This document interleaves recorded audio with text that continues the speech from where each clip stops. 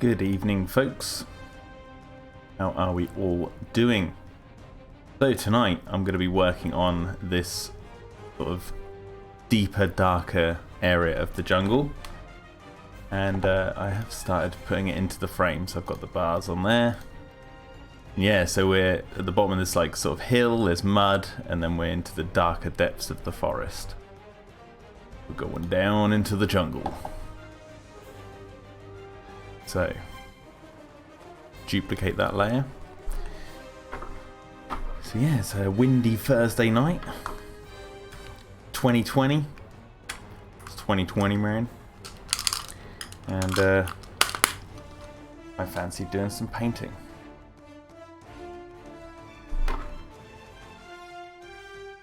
So, what we want to do is rub out the background there. Yo, James.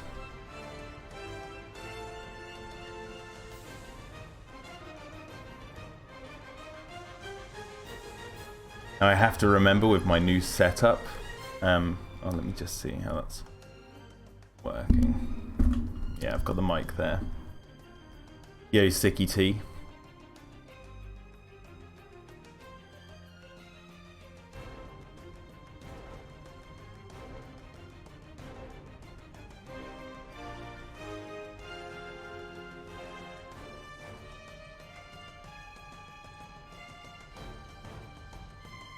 I'm going to rub out between the trees so that we can get the background, because I've like duplicated the layer, so I can put it back in and then mess with the lighting behind the trees. So to begin with, this is usually where I start, by making sure that the... Well, obviously I start with the watercolor, but but like actually starting the next layer of process, I go to the background behind the trees. That's where I want to edit first. Get the mood set. Andreas asks, when does the next episode come out? When it's finished. So, episode 3, I have said that like March would be a good date or good month, but I don't think I'm going to get there realistically. Because episode 3 has a lot more animation in it compared to the other 2 episodes so far. And action. And so, basically, it's going to take a little while longer than expected.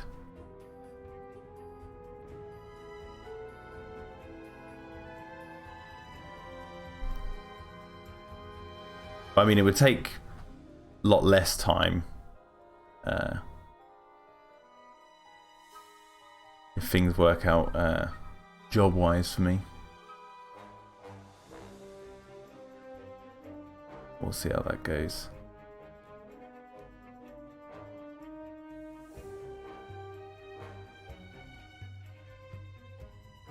I just want to make sure I don't like make the trees too different. Keep their nice thick trunks. Let's see some tight painting tonight, says Sick Triceratops. Yes. I have to remember as well not to touch my laptop keyboard. Oh god, what's going on now?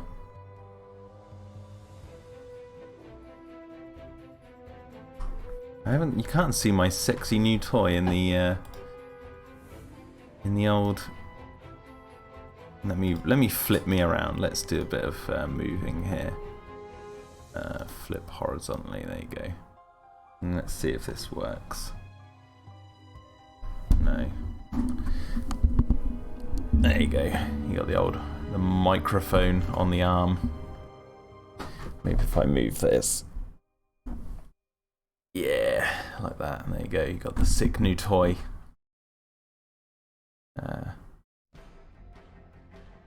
Yeah, enough of that. Let's crop that. Move me back. And let's not flip me.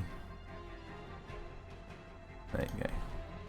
So yeah, I bought this mic arm, which I'm quite proud of. It was actually rather cheap. Only £15. And it seems to be working out quite well.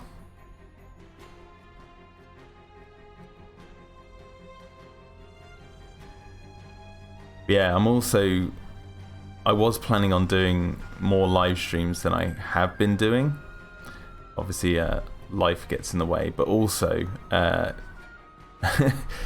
in all honesty, I couldn't actually live stream painting the other frames that I've been working on because I'm in major spoiler territory right now.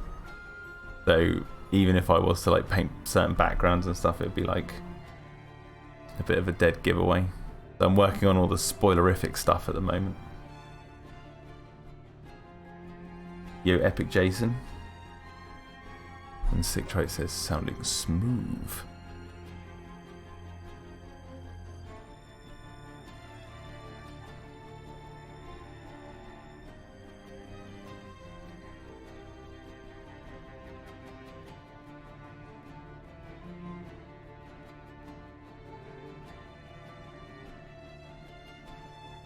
I recently got in December 2019 both the LEGO E-Wing Escort Fighter MOC and custom painted Grey Leader Y-Wing Fighter for Christmas.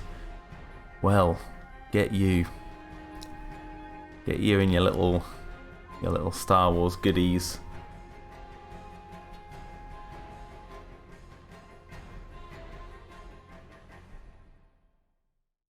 Ordered recently Tron Legacy and Manhunter on Blu-ray. Nice. Yes, Tron Legacy. That's a pretty darn good movie. Now actually what I might do is put the opacity on the rubber down here. And just lightly brush over that bit there. So then we get a fade with the background, you see? And I put that back in. There, because now what I can do is go onto the back layer, add a gradient overlay, and we'll give it the episode 3 color scheme, which is lime green and bright yellow. Bright yellow, right there. Oh, what am I doing? And then we make it so the light actually we need it to be darker, don't we? It's the darker bits of the jungle, so let's not go lime green, let's go dark. No, maybe even darker. Maybe even a blue.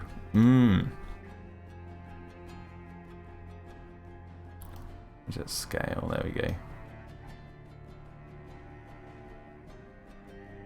Now if I actually take the brightness down on that layer as well. Ugh, look at that. Getting murky now. But and then I'll use the dodge tool, the brightness, and I'll go highlights. We'll highlight up here.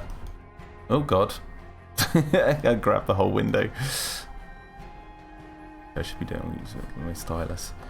Get that up there to get the light through, and then we can actually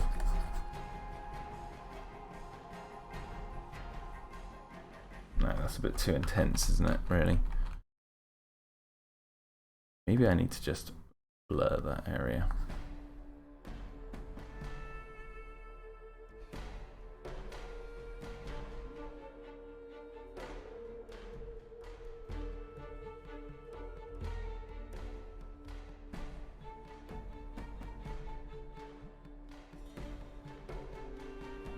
Epic Jason says, recently saw yesterday the brand new trailer for Doom Eternal. March 2020, can't get here soon enough. You know, I'm going to be brutally honest. I don't really know what's coming out in 2020 aside from Godzilla vs. Kong. Like, I haven't really looked into many film trailers. I don't know, is The Lighthouse out yet? Because I really want to see that film. I don't know if that's out in the UK yet, though. There you go.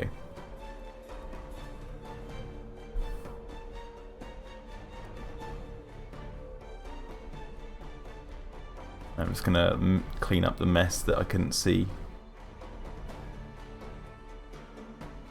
Oh god.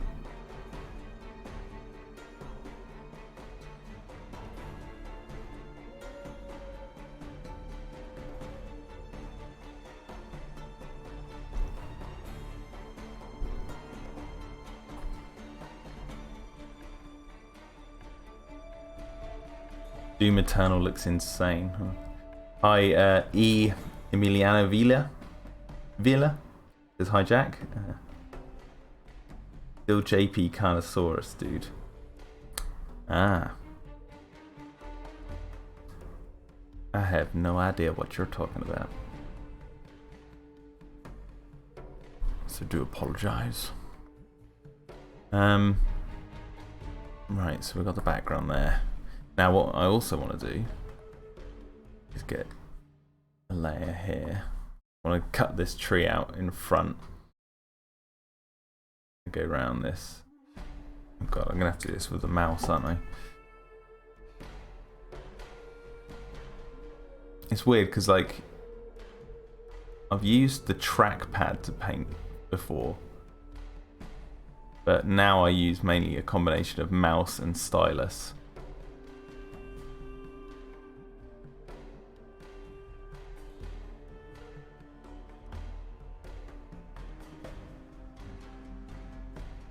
Find mouse, I can get quite close to the car. There's probably an easier way of doing this, but the rugged feeling is what I like.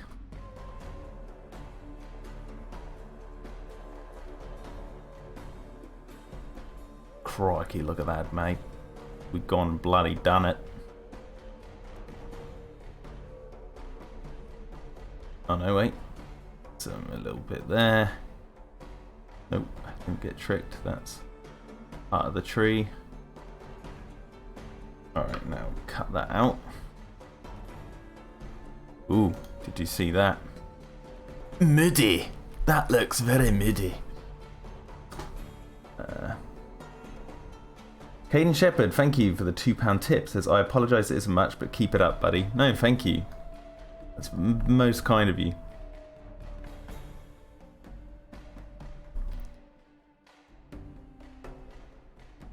That's lovely. Thank you very much.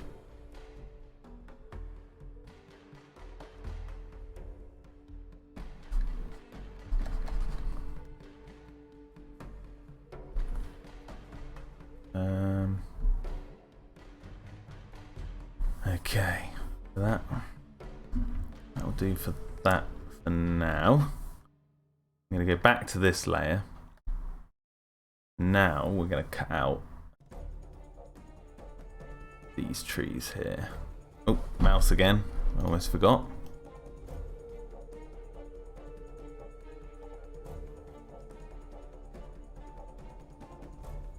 I'm going to go around the base here.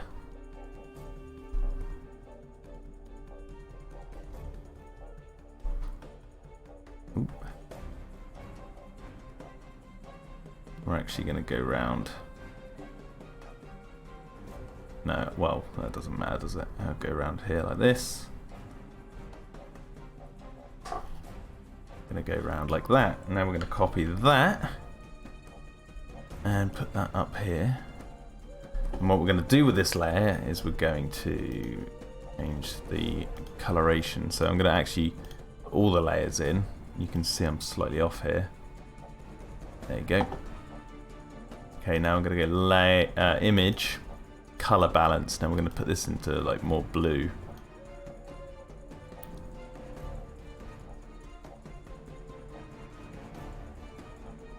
Make it darker.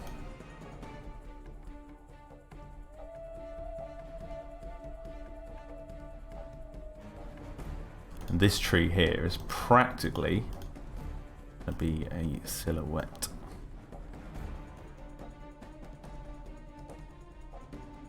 Okay.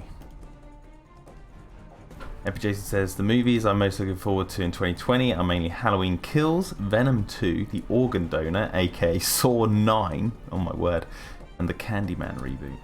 The other films I'm going cautiously optimistic about are Tenant, Bill and Ted Faces the Music, Ghostbusters Afterlife, Morbius, and Kong vs. Godzilla. Yeah. Got it. Yeah. I haven't really been paying too much attention. All I want to see at the moment desperately is the lighthouse, because that looks hilarious.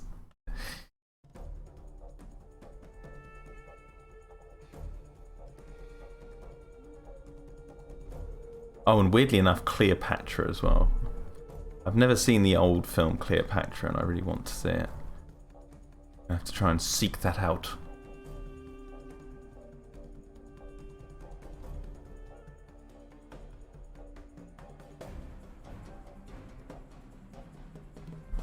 Okay.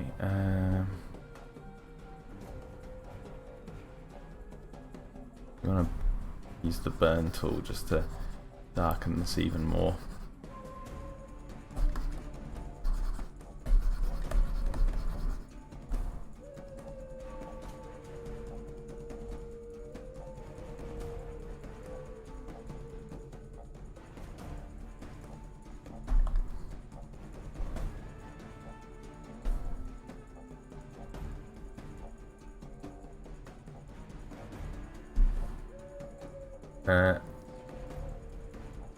Lee MNTM says, yes, I'm finally here. Well, welcome. The most recent films I saw in the theatres with my father was 1917. Unfortunately, the local theatre had some audio and visual issues. Well, that sucks. I want to see the 1917 film. I haven't really got time to go see it. The last film I saw at the cinema was Rise of Skywalker. And oh boy, that was funny.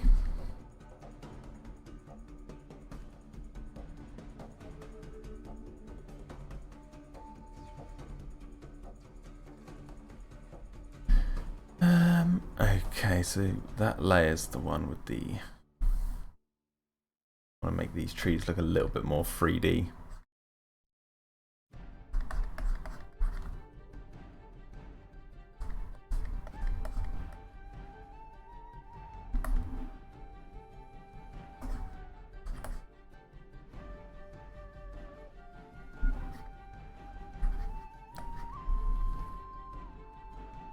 Well, thank you, Caden, for joining the Patreon for $1.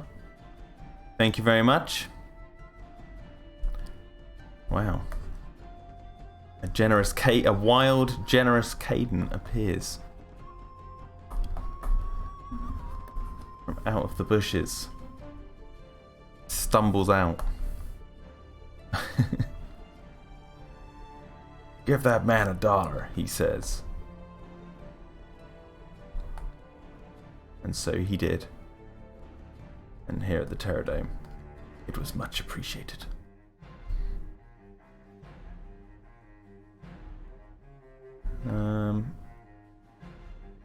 Okay. Now, I actually might make the mud separate layer from like here. Doesn't have to be perfect.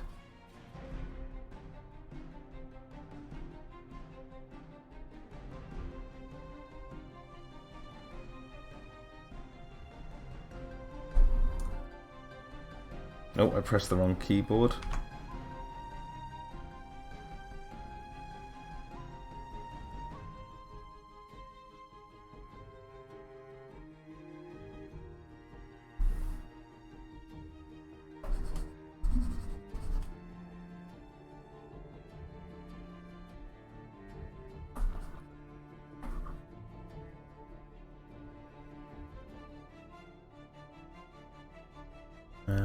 Okay, so I need to this up.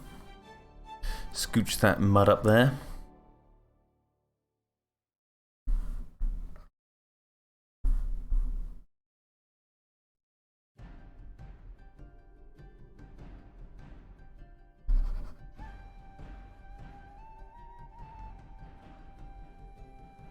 All like this. Now I'm going to actually put a gradient on this as well.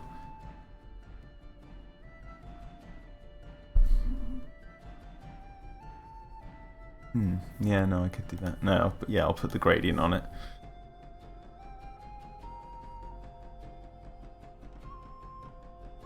I'm actually going to put 2. I want to put this gradient on first.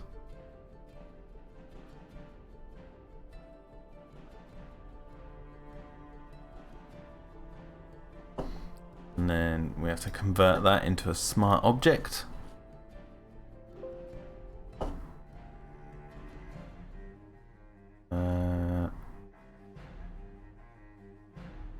Color balance.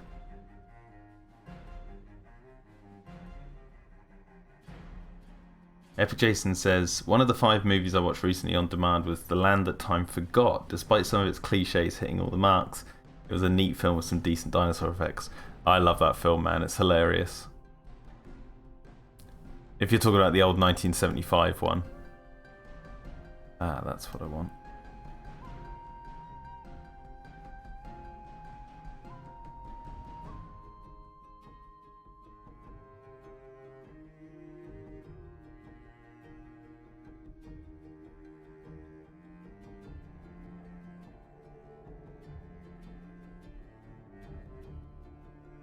Ooh, there we go. So now what I can do, use the dodge tool again.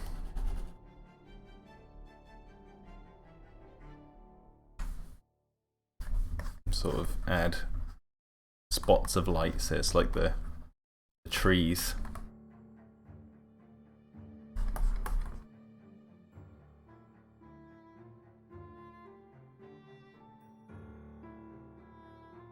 Actually, we're going to have a big spot of light, I think, in the middle.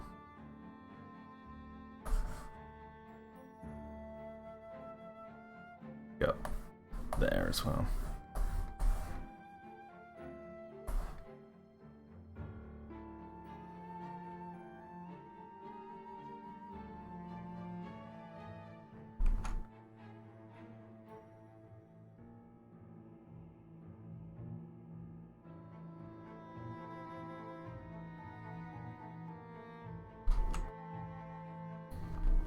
Ah, why isn't that?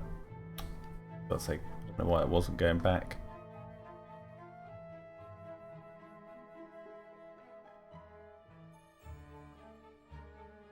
You get a real shaft of light in there. Maybe even one here.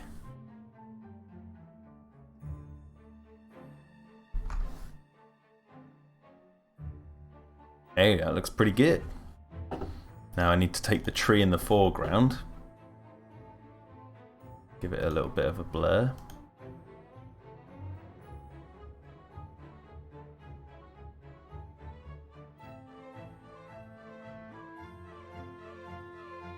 Sweet. Hey, that ain't half bad. And we're just going to neaten up some of these plants in the foreground here.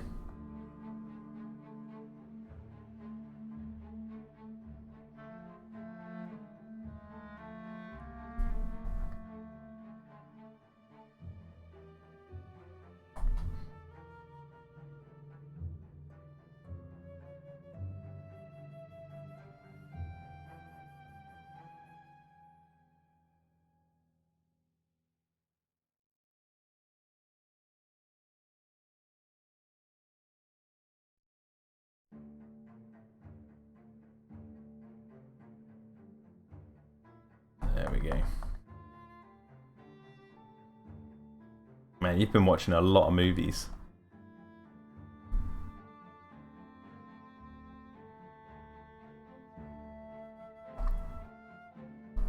Epic Jason says, the other 4 movies I watched were Future World with Peter Fonda, The Rift, Doom Annihilation, which was worse than the 2005 film. How many Doom films are there? I thought there was only one. Wow. You learn something every day. I'm not gonna lie, I think this is almost done already. Maybe I should go take a picture of one of the other backgrounds I've got and do that as well. Changing the lighting here to see. Ooh, that looks...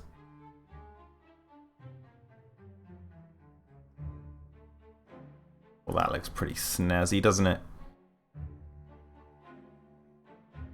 I'm actually going to blur the background. Oh no, actually, wait, it's this frame, isn't it? Yeah, I don't need to blur it, I need to clean it up.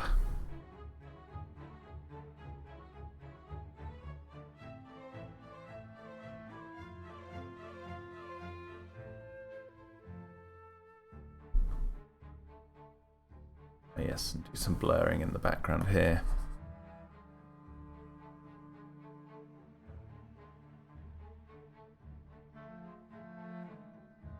Wait, that's not that background, is it? That's this. There's that background. There we go.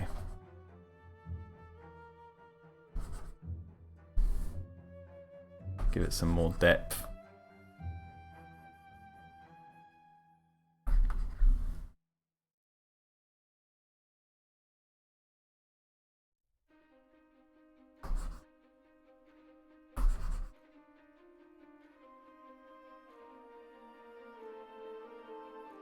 Maybe even in the foreground, just at the bottom here.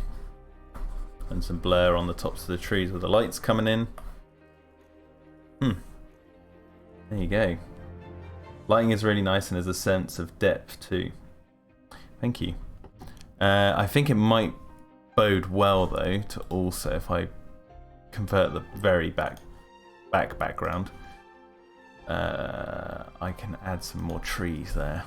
Make it look even deeper. Make them look weird. It looks kind of like Punch and Judy or something. Yeah, maybe I will do that. Okay, so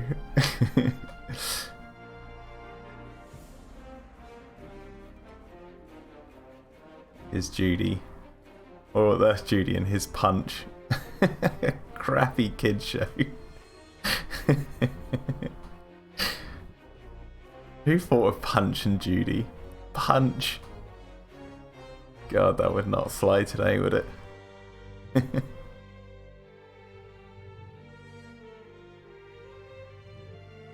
Alright.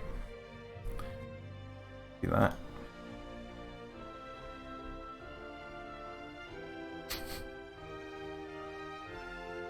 Take the brightness down.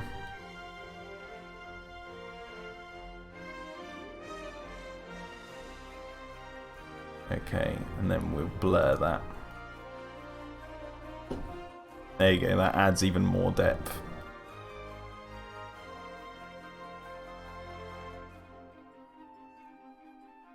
Nice, now I'm going to grab all of this.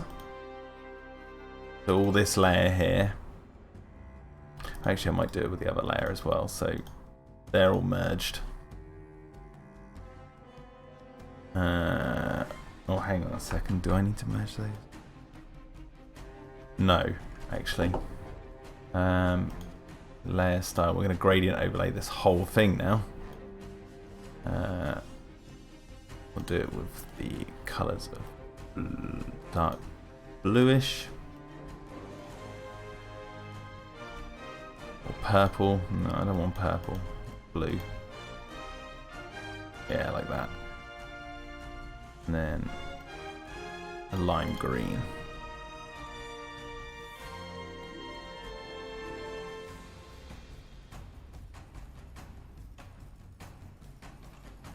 Nice. Now I do want to just quickly edit the mud.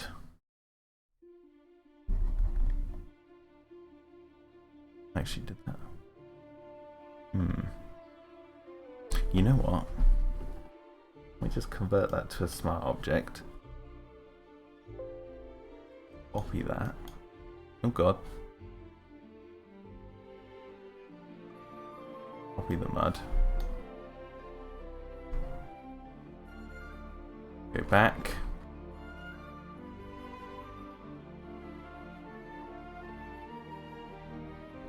Oh goodness. There we go.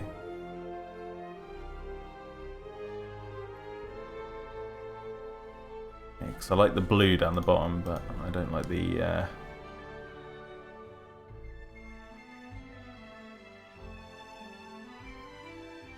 ooh, that looks weird.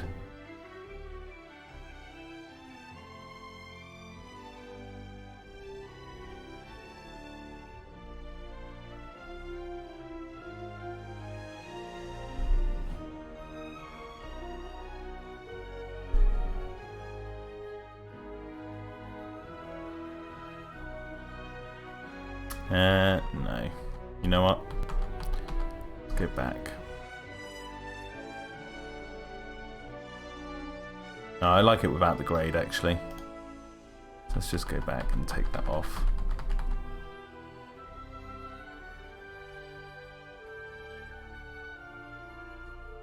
That's what I wanted to do.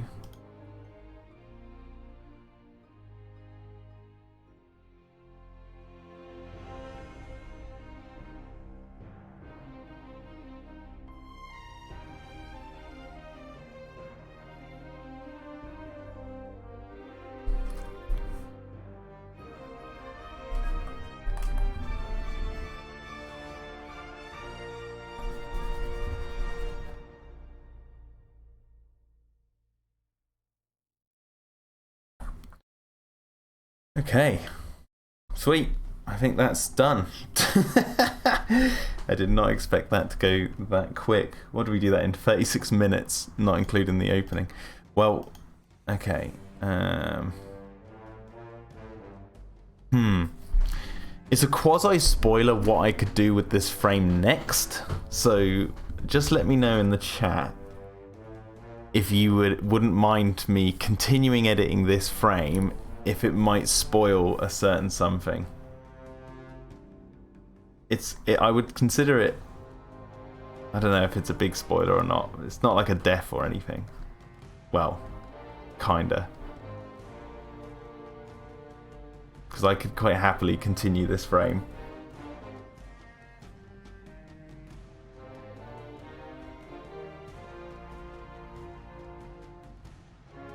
Let me know in the chat.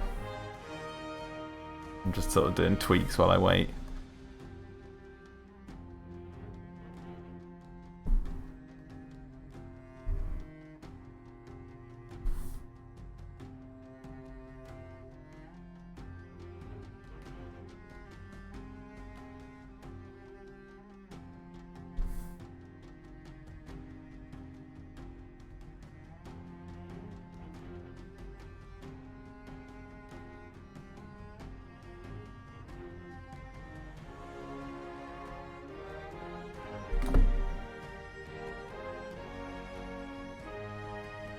Epic Jason says it's fine with me.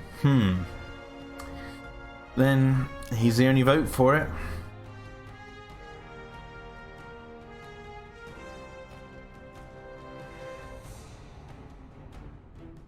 I just want to see. Yeah, let me just do a couple more tweaks to this. I just realised there's some blurring still needs to happen. Caden says, fine by me too, do what you feel's best. Alright, we're doing it. You got the spoilers out of me. So let me save this first.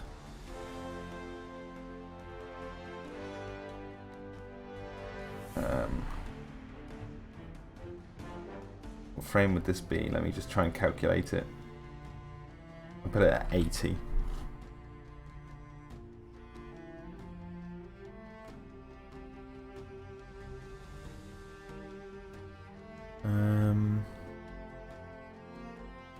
Where am I looking?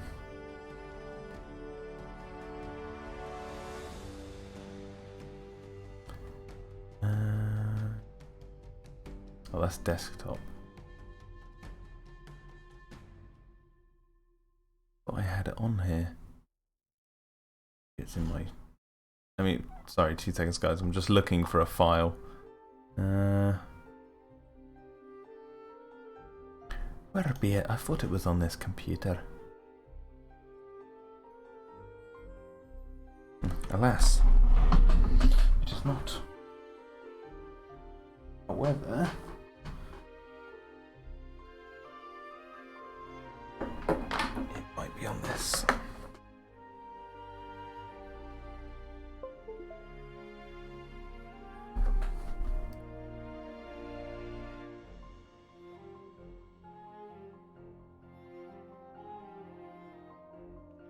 Okay, so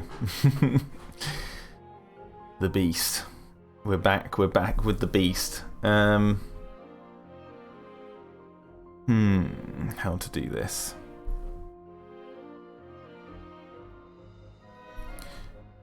Where to begin?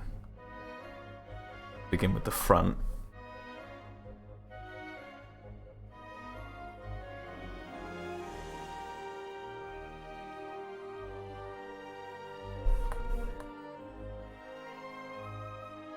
Actually, why am I doing that? I can just drag that over. Ooh. Oh god, I'm pressing the wrong keyboard again. Yo, Mike Shatter, hello. Mike Shatter. Attorney at law. Yeah.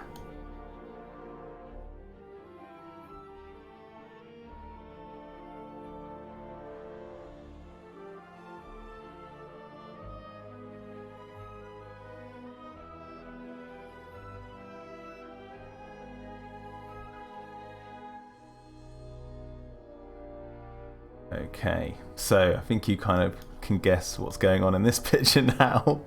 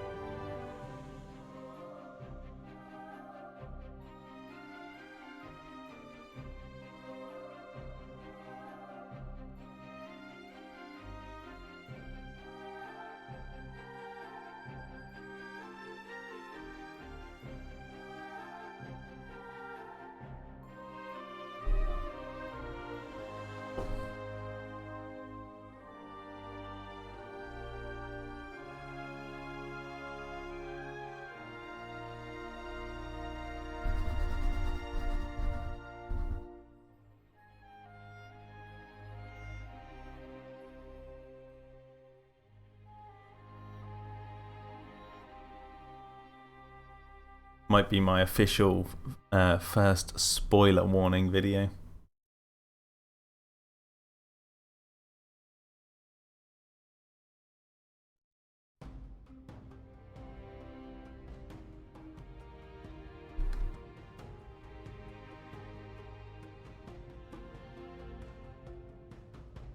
Deal with that box in a minute.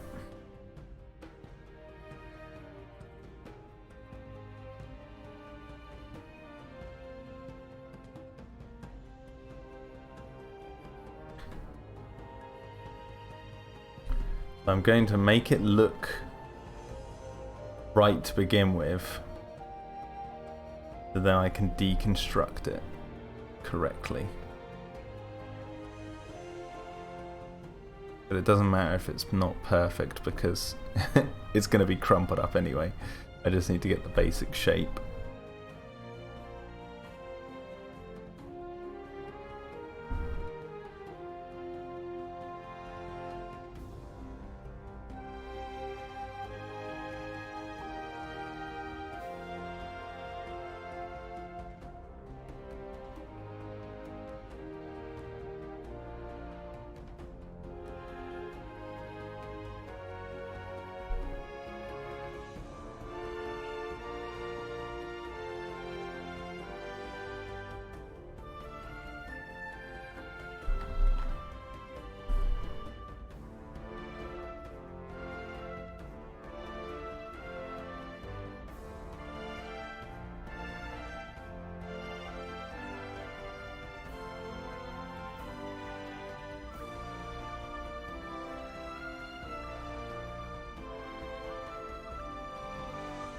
Yeah, it's inspired by those Epic Jason.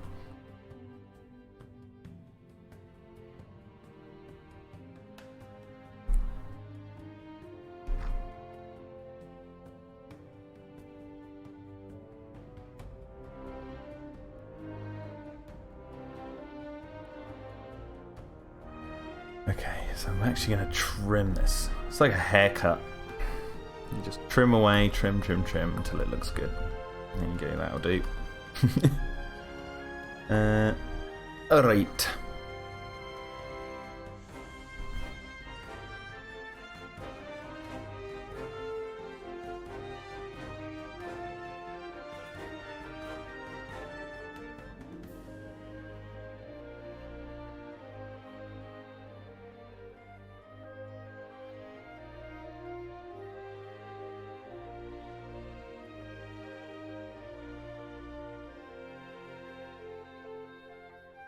Now here comes the clever bit. Well, I hope it's clever. This.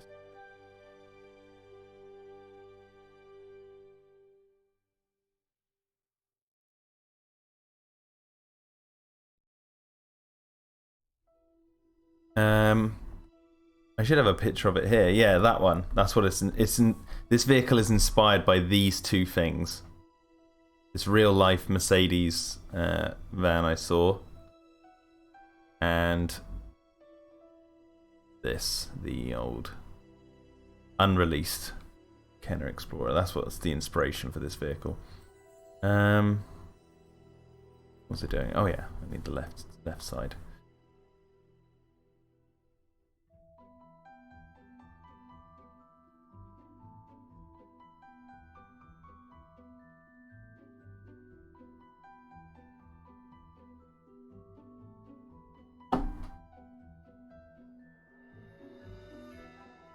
Oh, here comes. Hopefully this will work.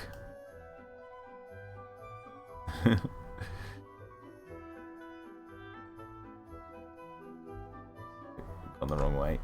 Oh, okay. Let me rethink this. Maybe I need to use this.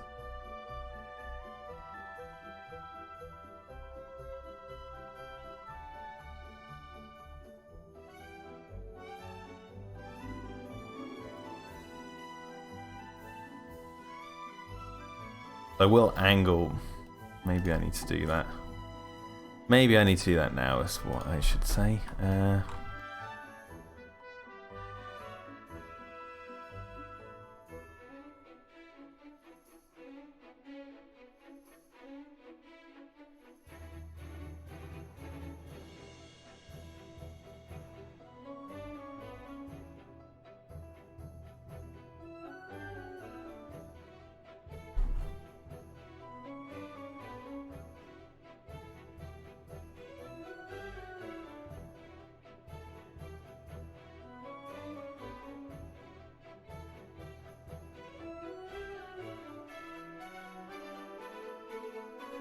No, I'm gonna have to really like put this on a box, aren't I?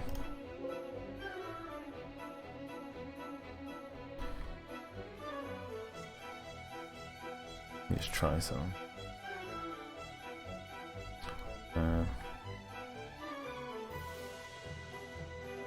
Aha.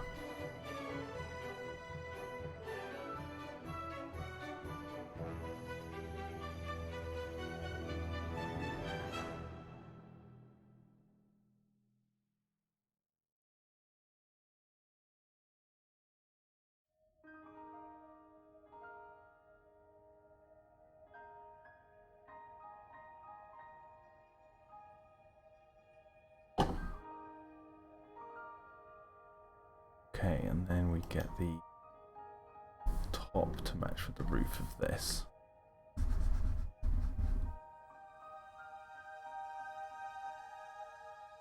Sick Triceratops says there was an old Micro Machine set that looked like that Mercedes, all folded out too. Yeah, you could like open it up and it was like a city, right?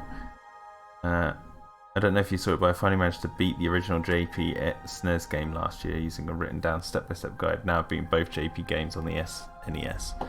Congratulations, sir, on your epic win.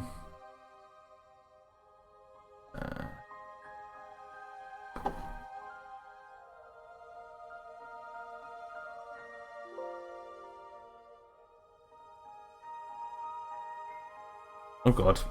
Oh no. Oh, okay, I can undo that.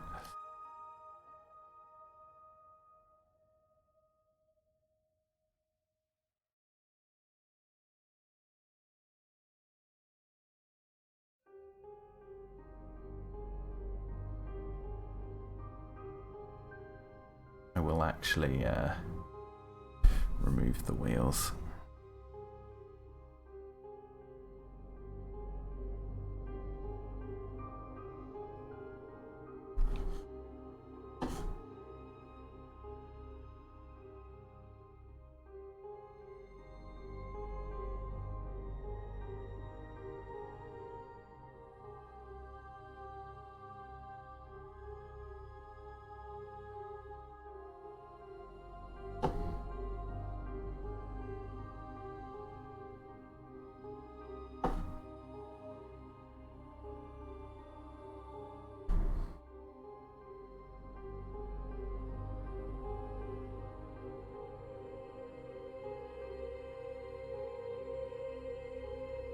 Okay, I'm going to grab wheels from here. Actually, just going to move those here.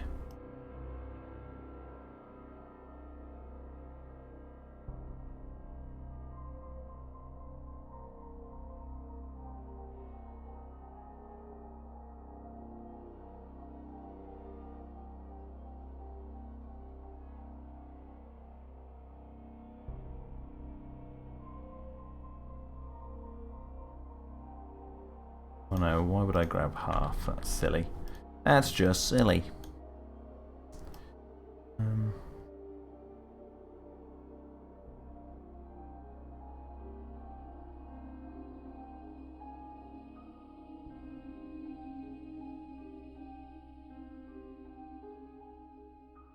then join the rest up to itself.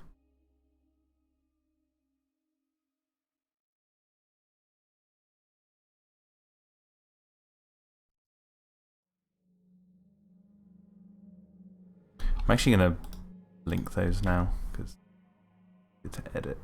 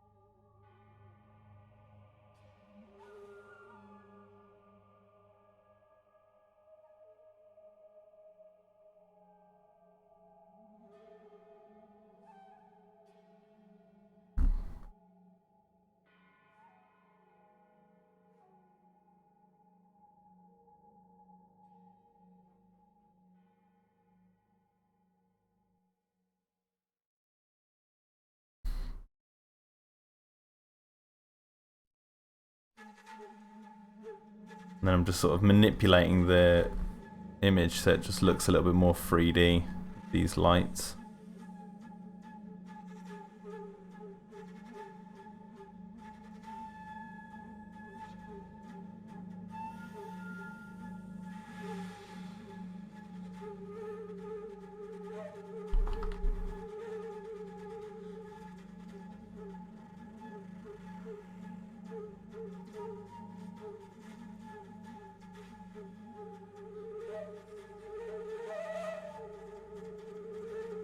Okay.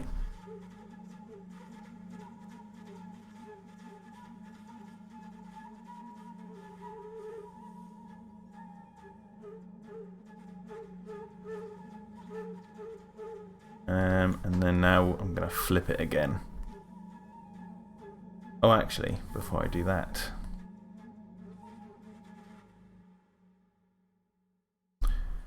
change the whole inside of the window here.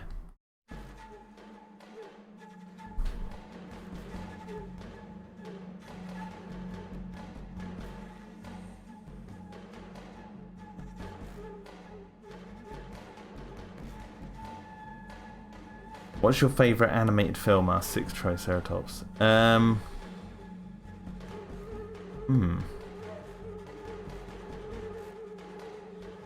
me have a little think about that. Favourite animated film?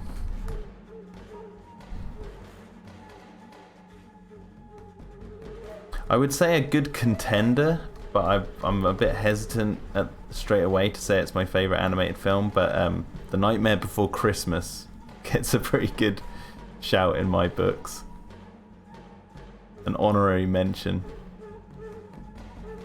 The craftsmanship of that film, and the fact that it's a musical as well.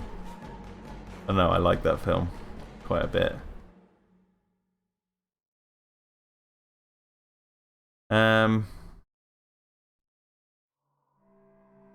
Yo, Dino.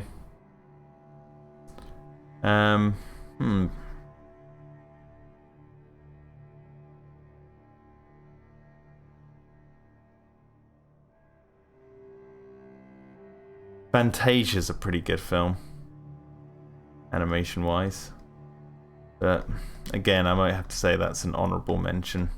I just don't feel that it's my favourite. Let me see. Let me get these. Fine wine smelling animated films. The Wind Rises by Studio Ghibli. Pretty good one.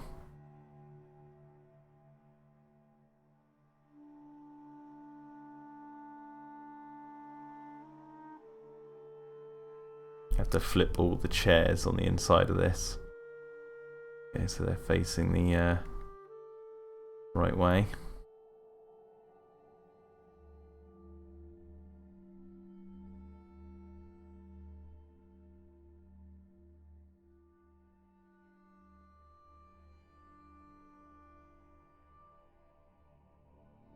Spider-Verse was pretty good, but I wouldn't say it was anywhere near my favourite. The story was, you know, just a Spider-Man film, basically. The animation was amazing.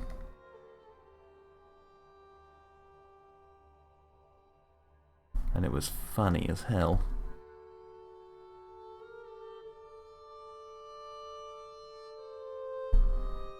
The Iron Giant gets a good shout, I think.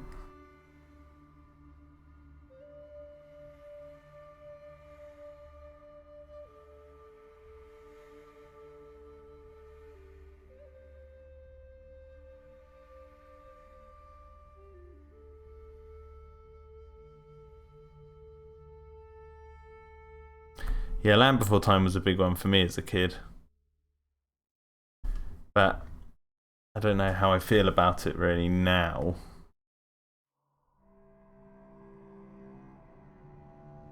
I love the score though. The score is absolutely... The score is a masterpiece for that film. Oh god.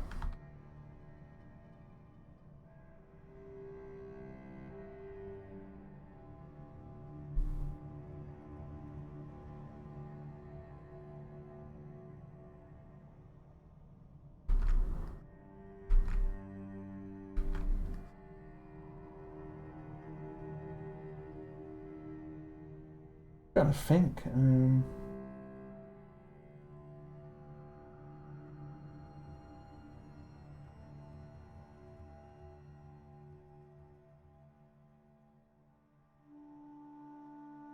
No, I don't know. That's a hard one. Titan AE is a pretty fun film.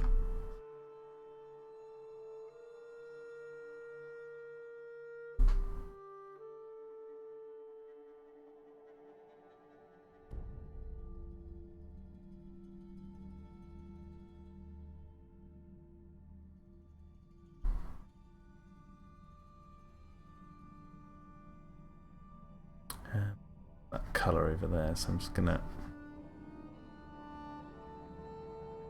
hide that like this.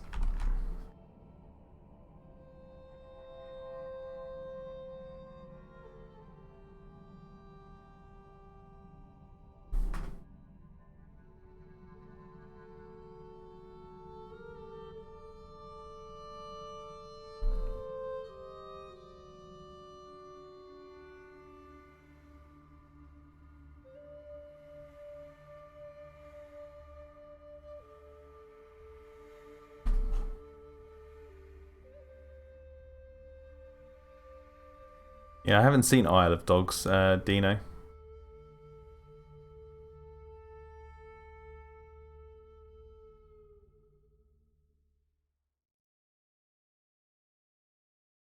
I will smash that wing mirror, but for the time being, I'm just putting it there. Now the door. No, that's wrong.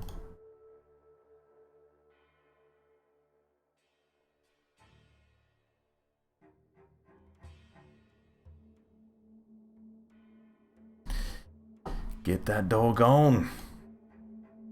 And then if I can get the big one, no, not that one.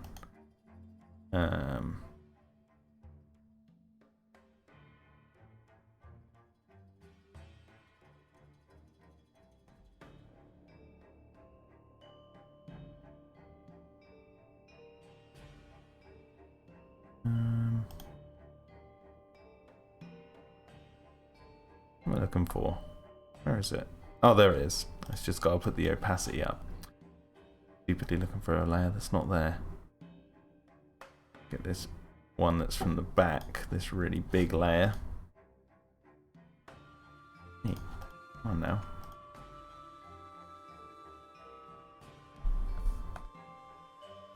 Why can't I let go of that layer?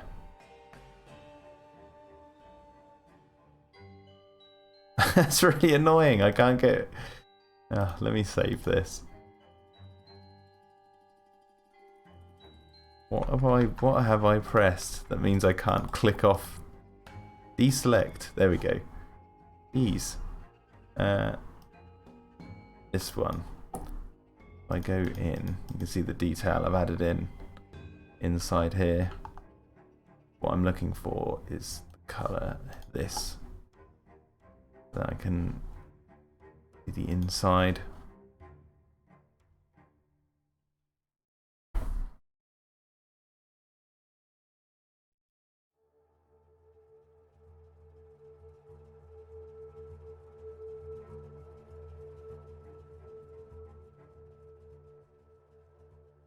Yeah, sick. Triceratops on a mission now to look at what animation films are on there. I mean, I've seen a million. I watched one of the recent animated films I watched was Klaus, that animated film on Netflix. Yeah, hello. Why can't I?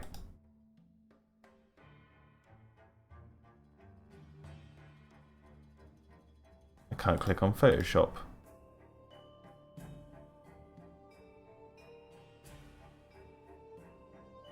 What the hell? Photoshop's like completely frozen on me. No! I'm gonna have to close it and start it up again.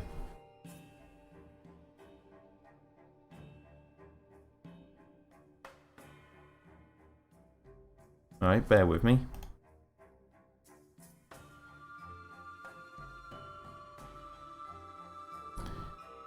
Akira, yeah, that's a great one.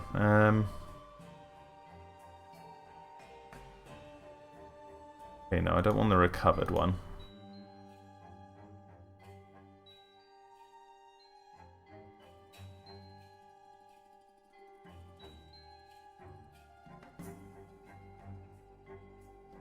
Okay, that was annoying.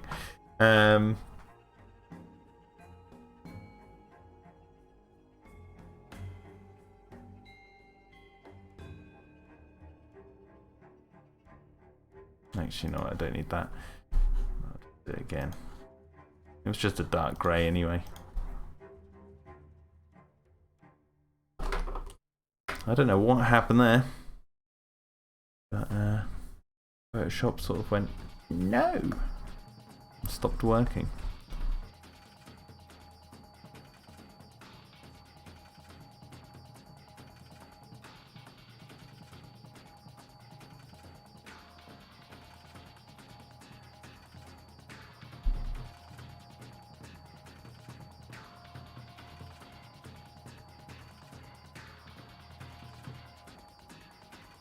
Fire and Ice, yeah. What about Heavy Metal from the 80s? There you go. Okay, so now we can flip it. Oh no, actually, let's do the wheels. We've got the background there. Side, what's this? The wing mirror.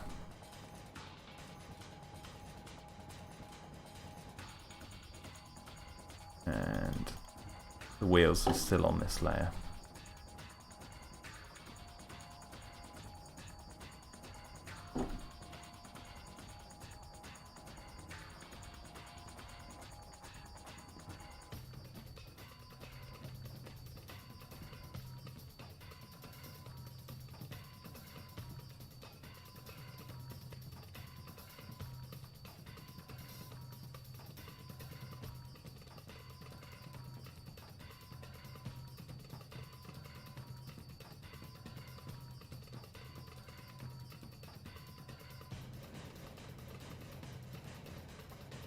What is going on with this music? Let's switch this over.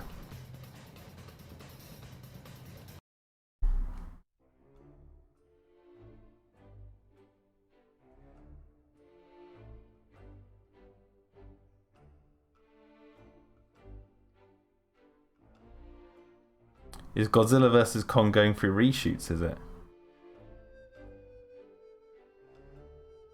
Jeez, and Star Wars Episode 9 having all those reshoots.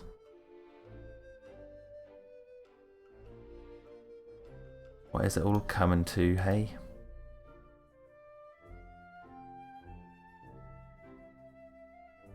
Basically, they're just making sure that their productions are difficult when they don't need to be. Maybe that's just a symptom of, like, trying to be like Marvel. Too many cooks spoiling the broth.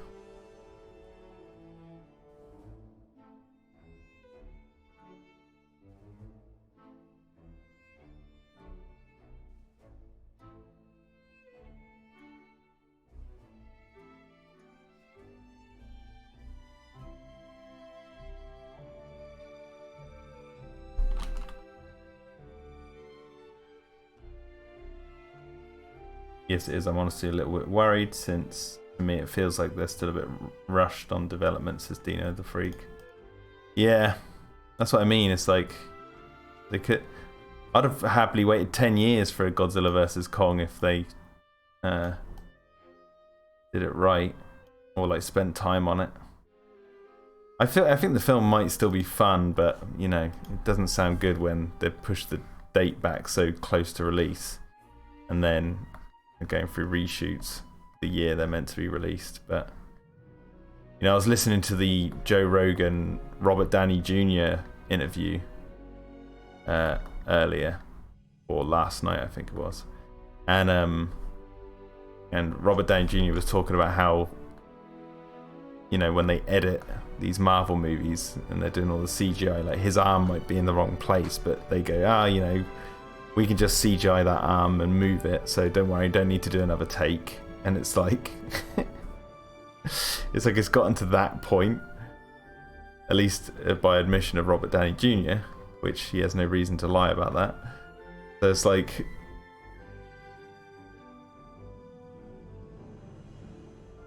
you know, they've got these rushed developments, they just want to get it out really quick, and it's like you lose a bit of the magic in that, really.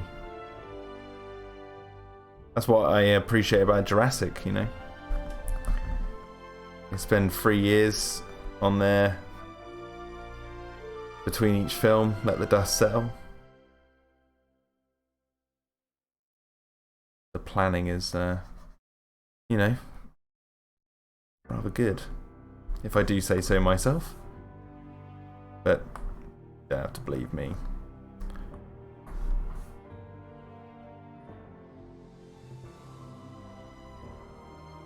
Shin Godzilla, that was a great film. Sick Triceratops is talking about it.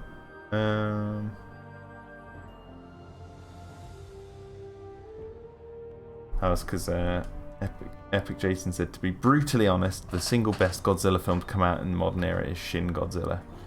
Yeah, Shin Godzilla is just amazing.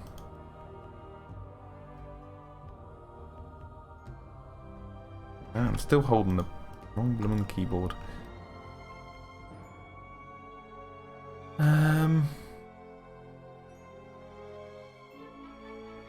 Okay, so let's...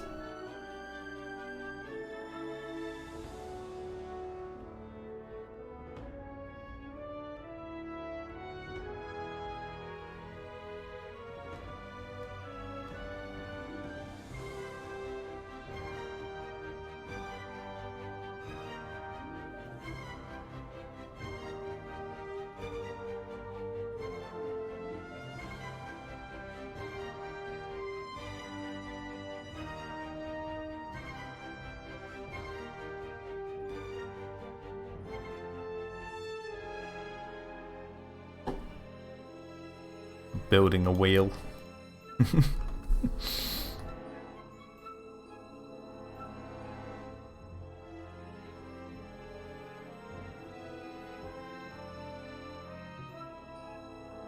I'm still like trying to think of other animated films I've seen, and my mind's just gone completely blank. There's a lot of Disney ones in there, but it's like, you know, Disney sort of have a standard, I think. for the most part. I think a lot of their animated films feel the same. Not that that's a bad thing necessarily, because some of those films are really good, but they're all sort of like equally good.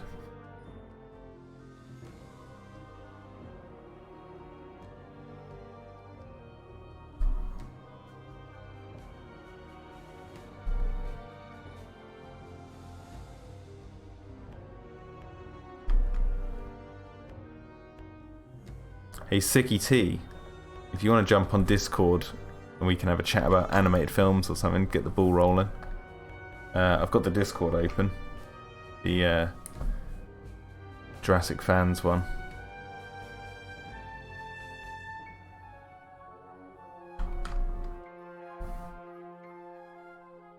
Needs a better name, I think.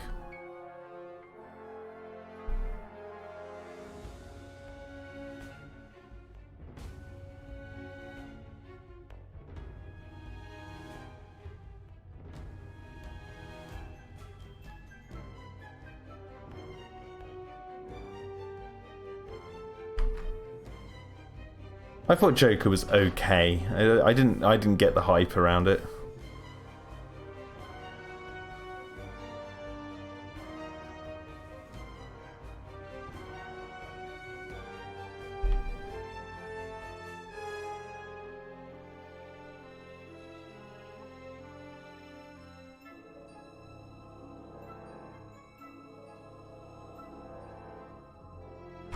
Ooh.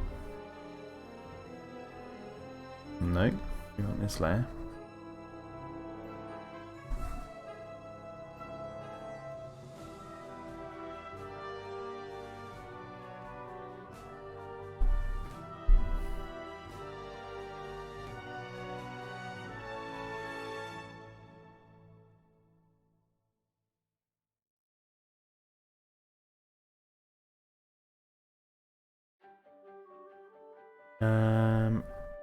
Okay.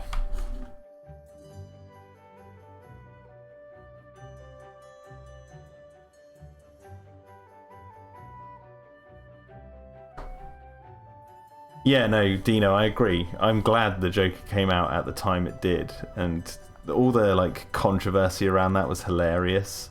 Like, it was like people just jumped to such crazy conclusions. That was all fun to witness, but as like the film's really well made. Don't get me wrong, the acting's great, but at the same time, it wasn't really anything new to me. I don't know if that was just me personally, but I was like, yeah. I get it, but it's not a film I'm rushing to see again. Yeah.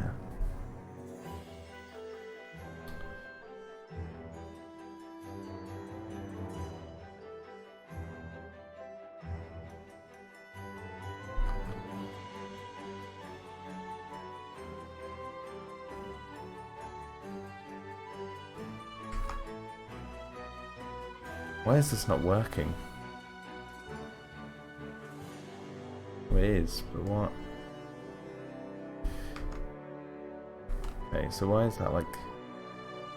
I see. Right, and the opacity wasn't right.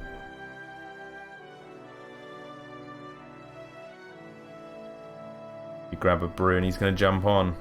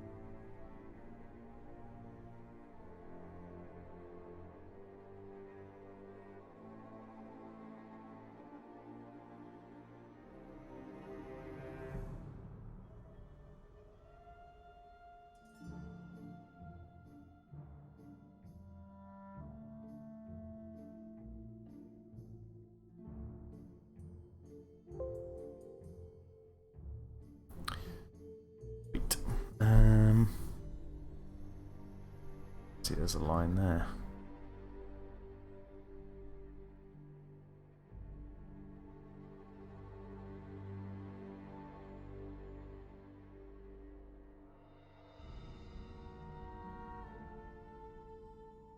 Yo, Redhead, how you doing? Welcome to tonight's stream.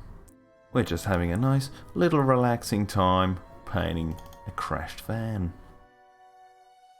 So sit back and relax and enjoy the paint. Now what I need to do is find, is it left side? Yep. I want to cut the door out. The devil's in them details, folks. What we need, the door.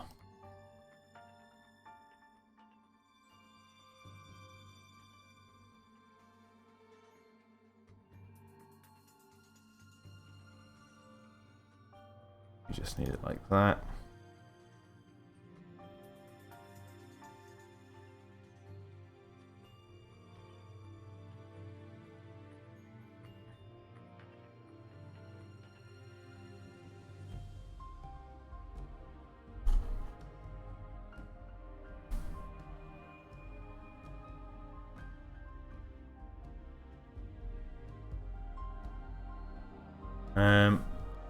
I'm gonna just put a line. Just relaxing here, says Redhead. How about you? Well, I'm good. I'm just doing a bit of painting, as you can see. And it's time to smash this van up. And I'm just trying to make sure I'm getting the basic gist of this van right.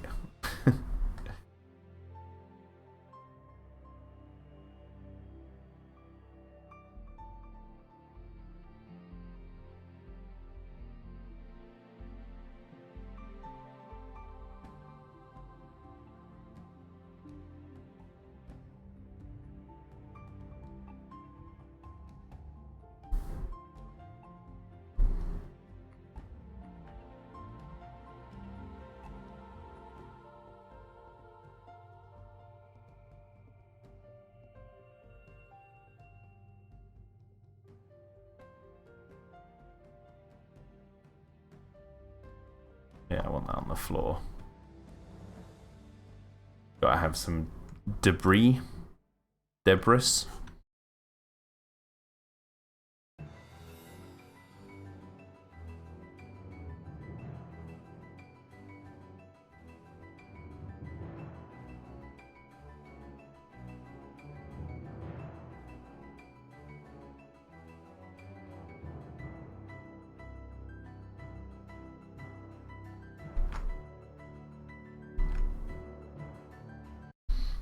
Yo, Jared says, have you seen Godzilla King of the Monsters? Yes, I have.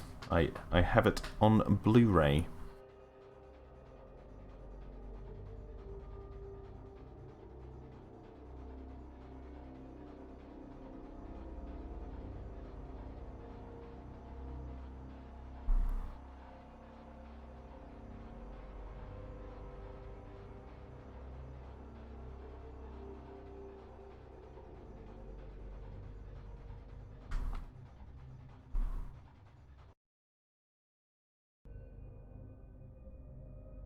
I have a bit of a weird relationship with Godzilla King of the Monsters because I do find the film to be interesting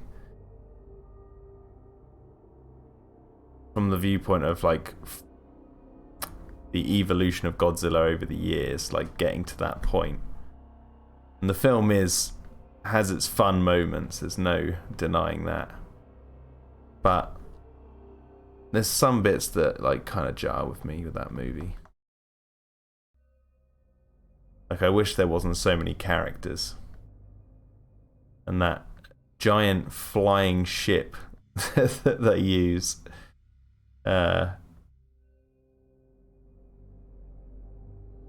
Is ridiculous. It reminded me of the plane from 2012. Like, that whole thing.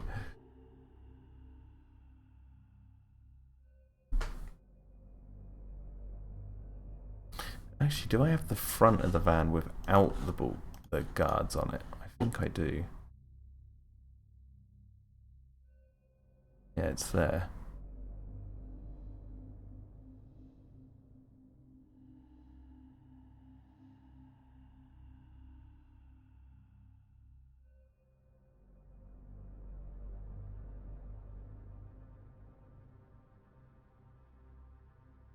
But why can't I find that?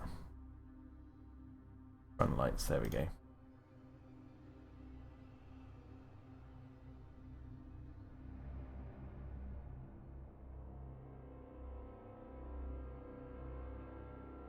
Garrett asks, what do you think of an anime series on par with 1 million years BC? What do you mean on par? Do you mean like...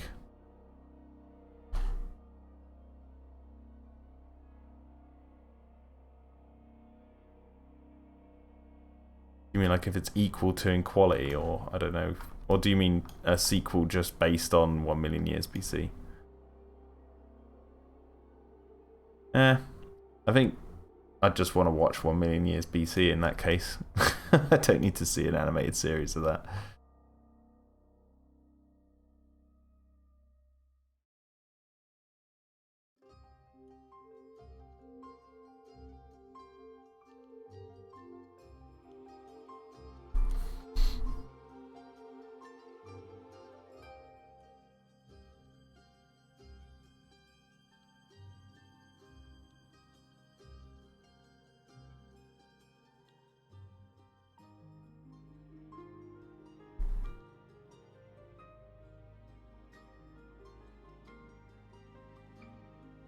Yeah, no, I think Mark Russell's character was okay.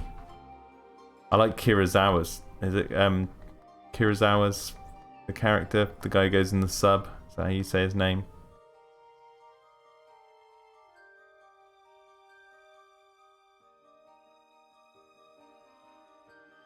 Yo, Chaos Knight, welcome. But like, it's the dude with the glasses, the bald-headed general lady. Like, it's just too many, and I think that flying plane thing was just ridiculous. But then again, you know, like I was saying, it's interesting when you watch the old Godzillas from Japan. They have shit like that in it, so it's like, okay, well, just because it's done in American CGI, what makes that different? And so it's like I don't know, it's like kind of a thing you have to think about.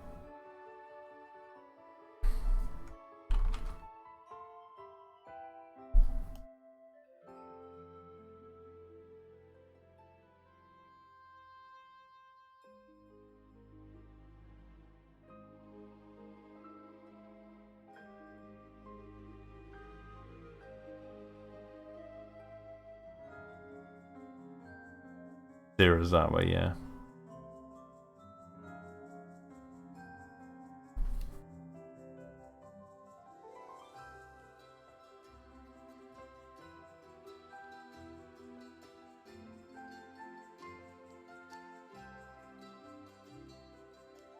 I think out of the two Godzilla films in the MonsterVerse, I think I prefer Gareth Edwards' one.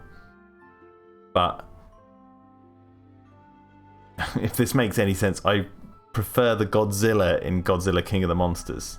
But as a film, I think I prefer Gareth Edwards' one.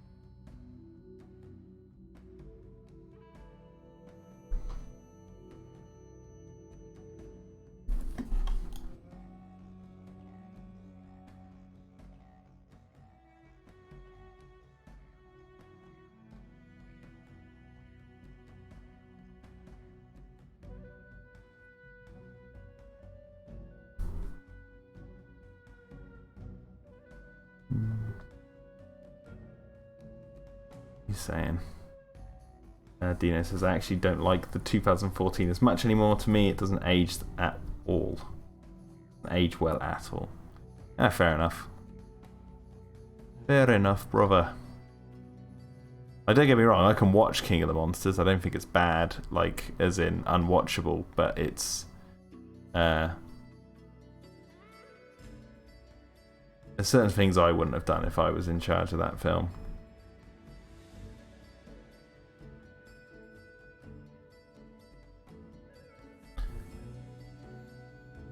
But it's nowhere near as bad as some of the other Godzillas. Don't get me wrong, it's compared to other Godzilla films, it's great. Oh yeah.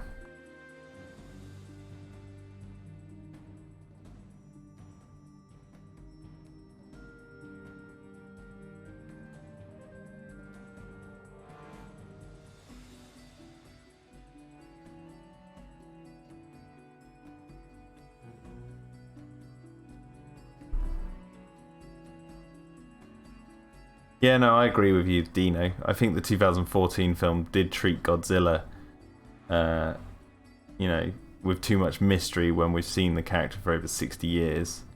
I get what they were doing, and I don't mind it to a certain extent, but I agree with you that they could have just had more, like, you know what Godzilla is, his Godzilla. Because, you know, it would be a reason to add mystery to Godzilla if you were doing something different with the character, like what they did with Shin Godzilla. But in the 2014 one, you're right, they were adding too much mystery to a character that we knew what was going to do. Unless they surprised us with a different Godzilla, then, you know, that makes sense. That's why I said a minute ago that I prefer the Godzilla in King of the Monsters to the one in the 2014 film. For that very reason, my man. But you hit the nail on the head. I didn't know it was that reason until I talked it out.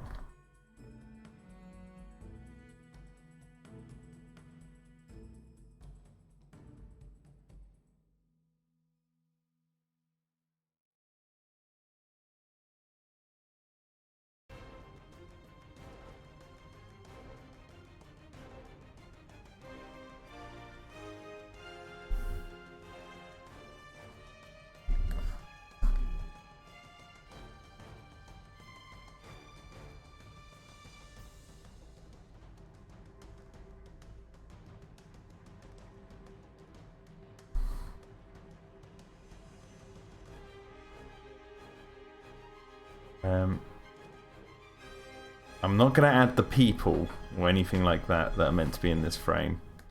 I won't do that tonight, so...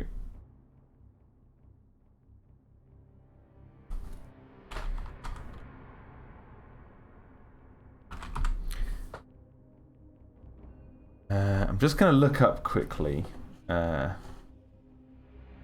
broken car windshields or vent. See like what happens to windows when they break, like vans.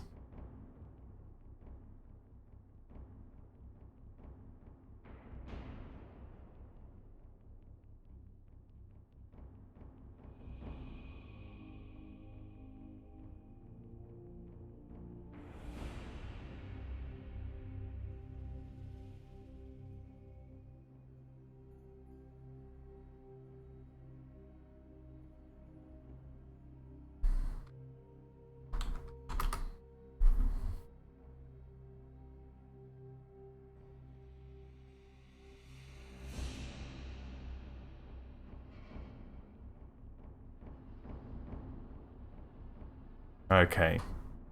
Alright, so it's kind of like a cobweb. You know what, I'm actually going to flip the image entirely for this. It'll be easier, I think, to do this.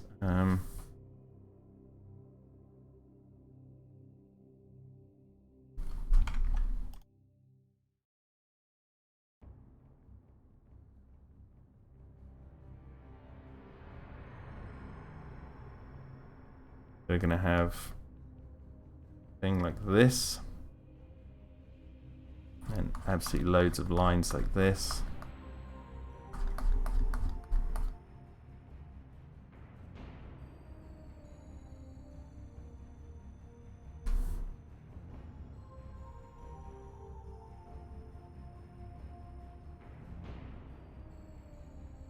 get around like this. Circles.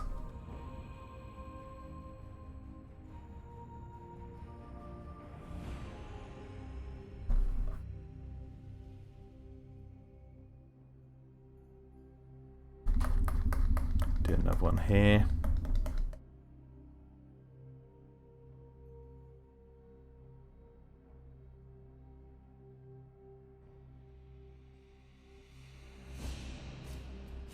I'm actually going to take the this down.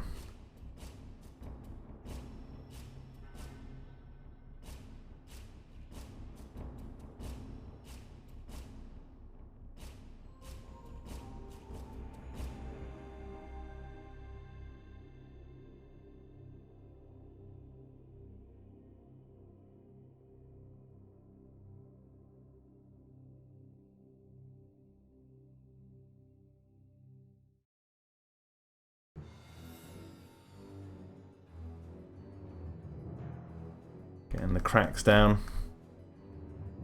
Hello? Oh, hello there. Hello, my friend. Ah, You doing some painting tonight? How's the painting going? it's good. I'm currently doing cracked glass. Let me turn down Nice.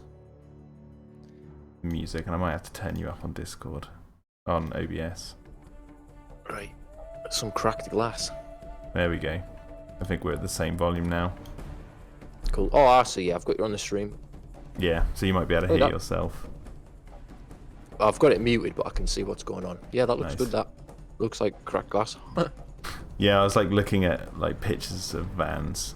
I wrote in on Google image search van windshields smashed. Just saw this first image and I was like, oh, they look like little cobwebs going everywhere. Okay, I get this.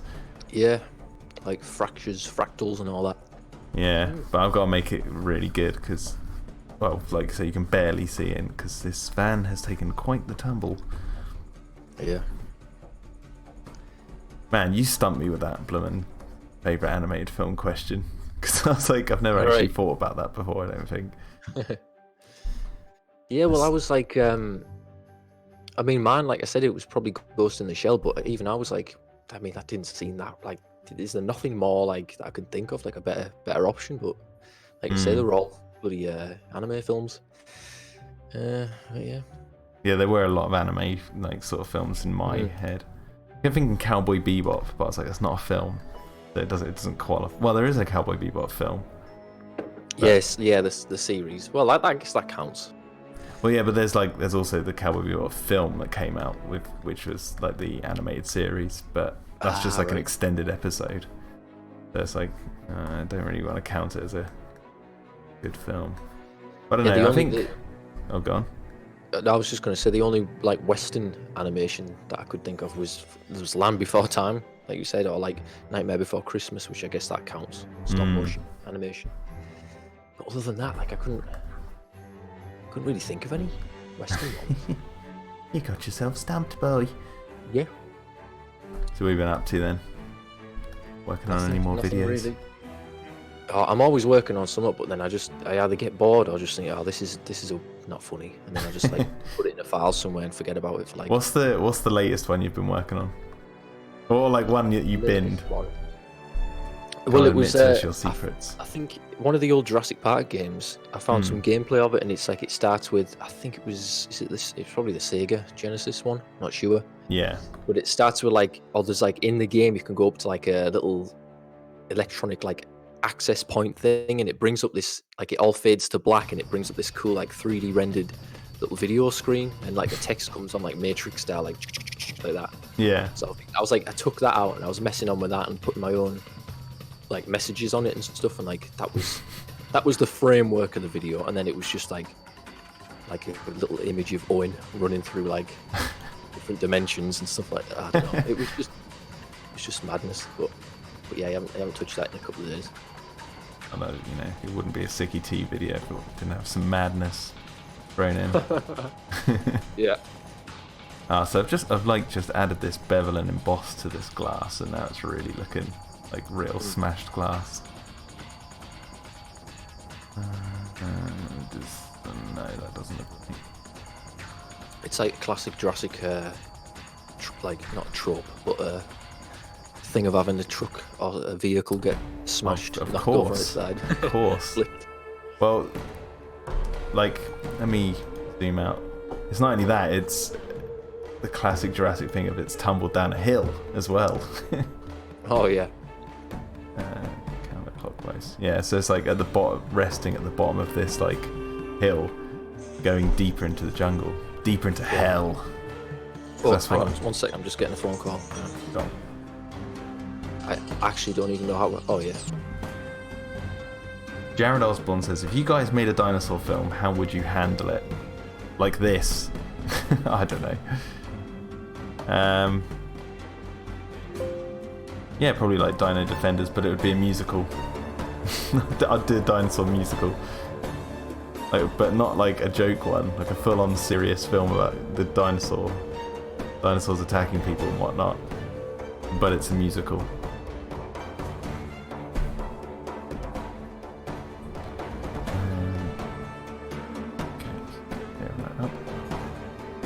Okay, so we've got a cracked glass. Maybe I need to.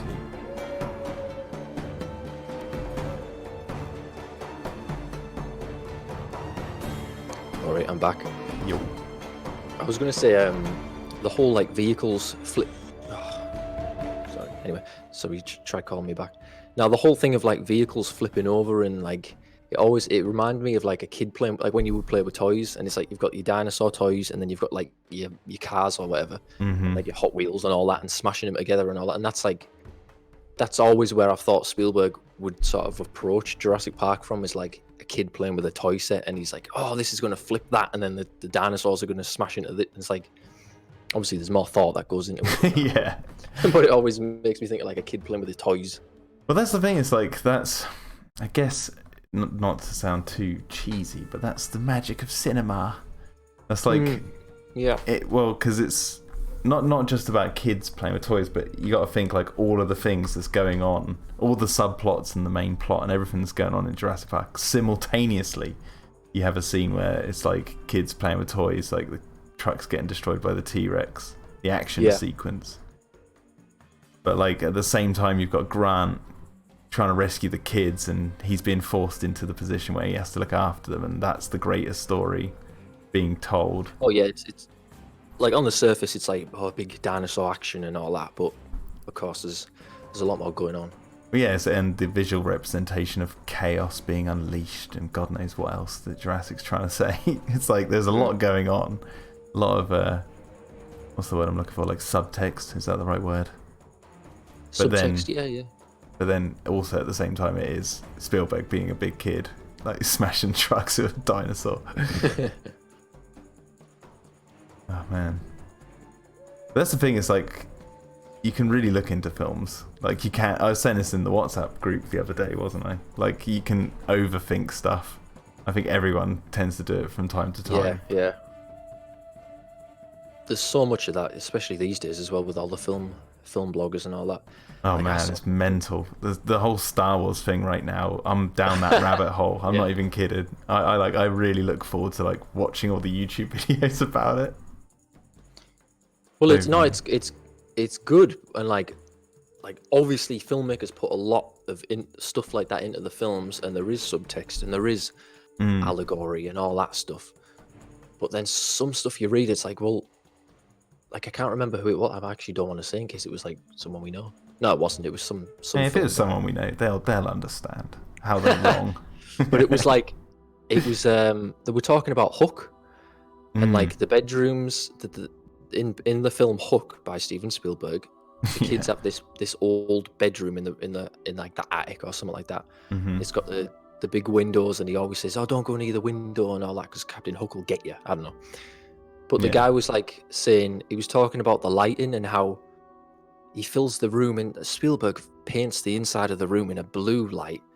Outside in a blue light, and like the white moonlight coming through the windows, and inside it's all warm lights. And it was like trying to say how that represents the cold and the fear and the unknown of outside and the warmth of home. And I was like, well, yeah, but also like moonlight is like blue, isn't it? You kind of like yeah. You know what I mean? It was like, Like indoor lights are warm colours, and outdoor lights it's going to be dark outside anyway. That was just it's where it's like It's a that does sound like a classic case of overthinking a little bit. something. That's funny. That's like, but when you watch like Pacific Rim, right? That film. You watch the Guillermo del Toro, the film with the commentary by Guillermo del Toro. He talks about that sort of stuff all the time. He's like, there's the scene where the two main characters are having their first sort of intimate talk, and in front of them is the Jaeger standing there being worked on, and the pilot of the Jaeger is the guy having the conversation with the girl. I'm trying to remember their names now. It's been a while since I watched that film. I think it's like Raylu or something. Can't remember. Raleigh, that's it. Raleigh. Oh yeah. And what's the girl's name? Is it Motoko? No. I don't know. Marco. That's it. And right, okay. Yeah, they're like talking, and he's like, "This is a really intimate scene, showing the two characters like meeting, having their first intimate moment." And one of the characters is revealing their heart to the other one. So that's why in the background, it might be Raleigh actually, is opening his heart to her. A very personal story. And that's why in the background, the Jaeger's chest is being opened, and you're seeing the core, the like nuclear core of this Jaeger. And he's like, and then it gets bathed in golden light from the blue. And you're like, this is great. Like, it's a giant robot with its chest being opened because it's got to go fight some giant monsters. And you've got Guillermo del Toro talking about like the representation of the light. It's like, well, I mean, that's Guillermo del Toro. He's the sort of person that does like put that sort of thought into, especially the colours. I mean, he's talked about Pacific Rim, especially as being about like what colour theory and all this cinematography matching and all that, which is that's like great. But I was just that specific example about Hook was like, well, that was just how he would light that scene. Yeah. But that's what I'm saying. Like, you watch something like Pacific Rim, you'll see that, and then you might start to wonder, I wonder if everyone else does that. And then by the end of it, you're like, the moonlight in Hook, it means something. And it's like, or it could just be Look moonlight. How the moonlight is so blue and white and cold. It's like, well, it's not going to be fucking green, is it? Anyway, sorry for swearing. No, you can swear on the stream. I don't care. Just get so riled up about Hook. Yeah. What's that really interesting? What Jordan Peterson talks about in Peter Pan? How it's a story. How like basically what you should be in Peter Pan is idolizing Wendy. Wendy's like the character who doesn't want to stay young. Essentially, she wants to move on with her life and actually gracefully become the adult. Whereas Peter Pan, I think the word pan means youth, doesn't it? And eternal youth or something. I can't remember where I got that definition. But I think yeah. No, the whole thing's like a warning of don't end up like Peter Pan. You need to grow. Because you'll be in Neverland where you never grow up. Yeah. And you'll be commanding a sort of army of people who cannot be commanded, who also never grow up. It's not a good thing. Yeah, but then it has like it will what's it? Peterson talks about how like the crocodile having the clock inside its stomach represents time, and obviously Hook is an adult in Neverland who's had his hand bitten, so he's been hurt by the past or whatever. So he's got the hook, but he's always being chased by death, essentially. And it's like, and that's who Peter Pan is constantly fighting against. But basically, he doesn't want to become that. Yeah, he just wants to. You should be Wendy. That's the the long and short of it. Just be like Wendy. Just age gracefully. Don't try and be like Peter Pan, kids. But then Disney's like, no, Peter Pan's the lead. Don't be like Hook. What's that? Don't be Pan and don't be Hook. Go for it. Yeah, Wendy. Go. Wendy and was it? No, that was what I was trying to get to, because Peterson calls Tinkerbell the porn fairy. Right. Okay. Oh yeah, because he hangs out with Tinkerbell a little bit too much, doesn't he? Well, Tinkerbell, the way Peterson words it, it's like she represents the porn fairy, the thing that's very feminine, but it's like unachievable. She's not real, but she's in love with Pan or whatever. So it's like, oh yeah. He calls it's the thing you can never have, but what you should do is grow old with Wendy, which is what's funny about the Spielberg film, and why that might not have sat with a lot of people is because it actually reverses that. Peter Pan does grow up, to become an adult, but then the film's like, nah, fuck it, stay a kid. He goes back to Neverland. Yeah, it's like, well, I guess it's grow up and all that, Yeah. but also don't lose touch with that childlike, I don't know, innocence. I don't know. Yeah, maybe that film's about becoming a granddad. I don't know. Oh no, I love Hook though. I think it's great. Oh yeah, Hook's a fun movie. But yeah, that's crazy. That though about Tinkerbell being a porn fairy. yeah. If you look, if you can read it into it that way. Well, she is kind of like the ultimate. What is it, manic pixie God, dream no! girl. I've just gone. She's literally a pixie. Yeah. Oh God, no! What am I doing? I'm messed with the Windows screen. How do I go back to I go from Mac to PC, so like, there we go. So like, I have to get used to the switching of the blooming keyboard, and I sometimes press a button and I make a mistake. I haven't had the computer for too long, so I haven't like learned how to adjust to its differences with Mac. Yes, the music stopped. Let's put some music. Was the that music original stuff from? It was your stuff, wasn't it? No. This is the Golden Compass PlayStation 2 video game soundtrack. I thought it was that stuff your mate made. I was like, this is great. This. No. Well, this is the thing. Like, I found a loophole in the system of the whole streaming with music. Is you go for video games where the copyright's just dead. So it's like, because it's a video game soundtrack, it's an original theme tune as well. So it's not the film soundtrack. So it doesn't get picked up by the studios. Ah, nice. And but because of the whole streaming, and you're allowed to stream, like if I had the game, I could stream it. But I just put the music on and make sure that it's at a level where it doesn't really mean much to the stream. Get around that whole loophole, but it sounds really good. Like my friends and I were talking the other night about like our favorite music albums that we've been listening to recently, and I went, the PlayStation 2 Golden Compass soundtrack's really fucking good, like that. And they're like, what? And I was like, no, trust me, it's awesome to paint to. Like, it's really good because it's done with a full-on orchestra. Sounds so good. Lil Peep, fucking Lil Xan. Yeah, like Golden Compass PS2 soundtrack. Yeah, exactly. I think they were saying like they were going through their Spotify like most played of the year or whatever. Oh yeah. And and I, because I don't use Spotify, so I was like, yeah, I've been listening to that. And they're like, what? And I was like, oh, and also the Chronicles of Narnia PlayStation 2 soundtrack and the Polar Express PlayStation 2 soundtrack. They're all done with full orchestras. They don't use the themes from the film. They have their own theme tunes. They're like forgotten gems. Yeah, there's a lot of good stuff on them. On old games and stuff. Yeah, you just got to look for like the right ones. One of the biggest composers now. Well, he's not like the biggest yet, but he's doing a lot of big films. Gets nominated a lot. He's a guy called Daniel Pemberton. Okay. He started out doing games and stuff. Did like Flappy Bird? Did he? No, he did like there was this game called by Lionhead called The Movies, which was not a great game.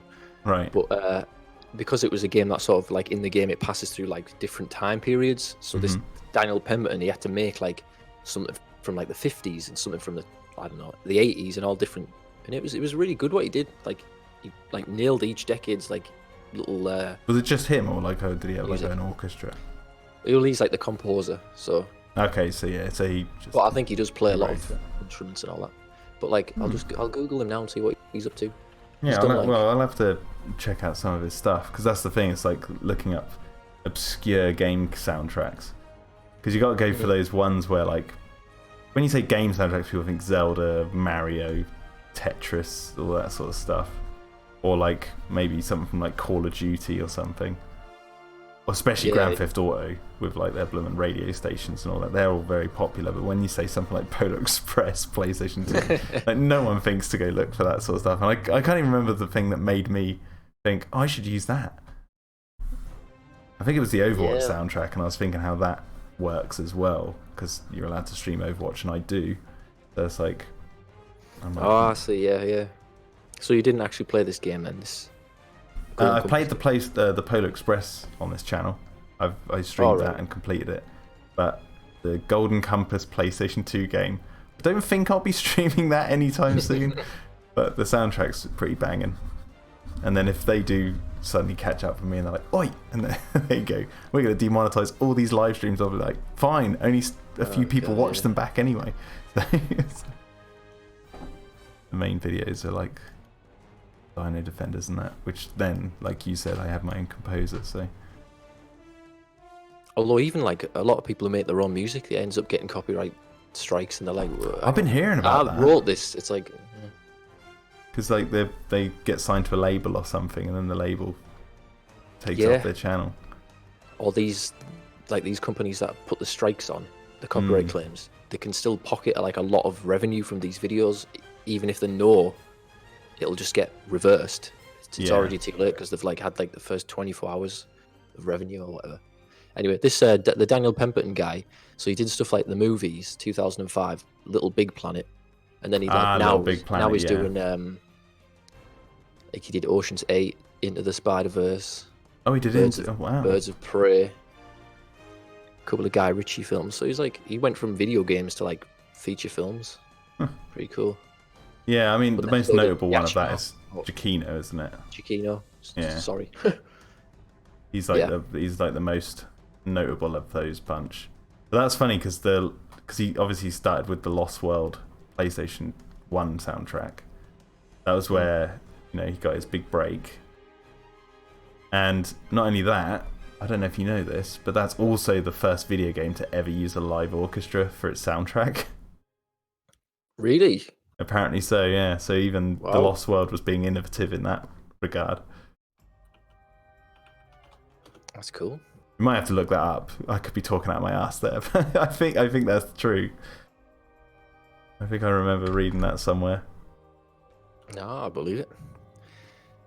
Because I guess that was, when did that game come out? Like, well, I guess it was 96 or 97. 97, I think. Yeah. Okay.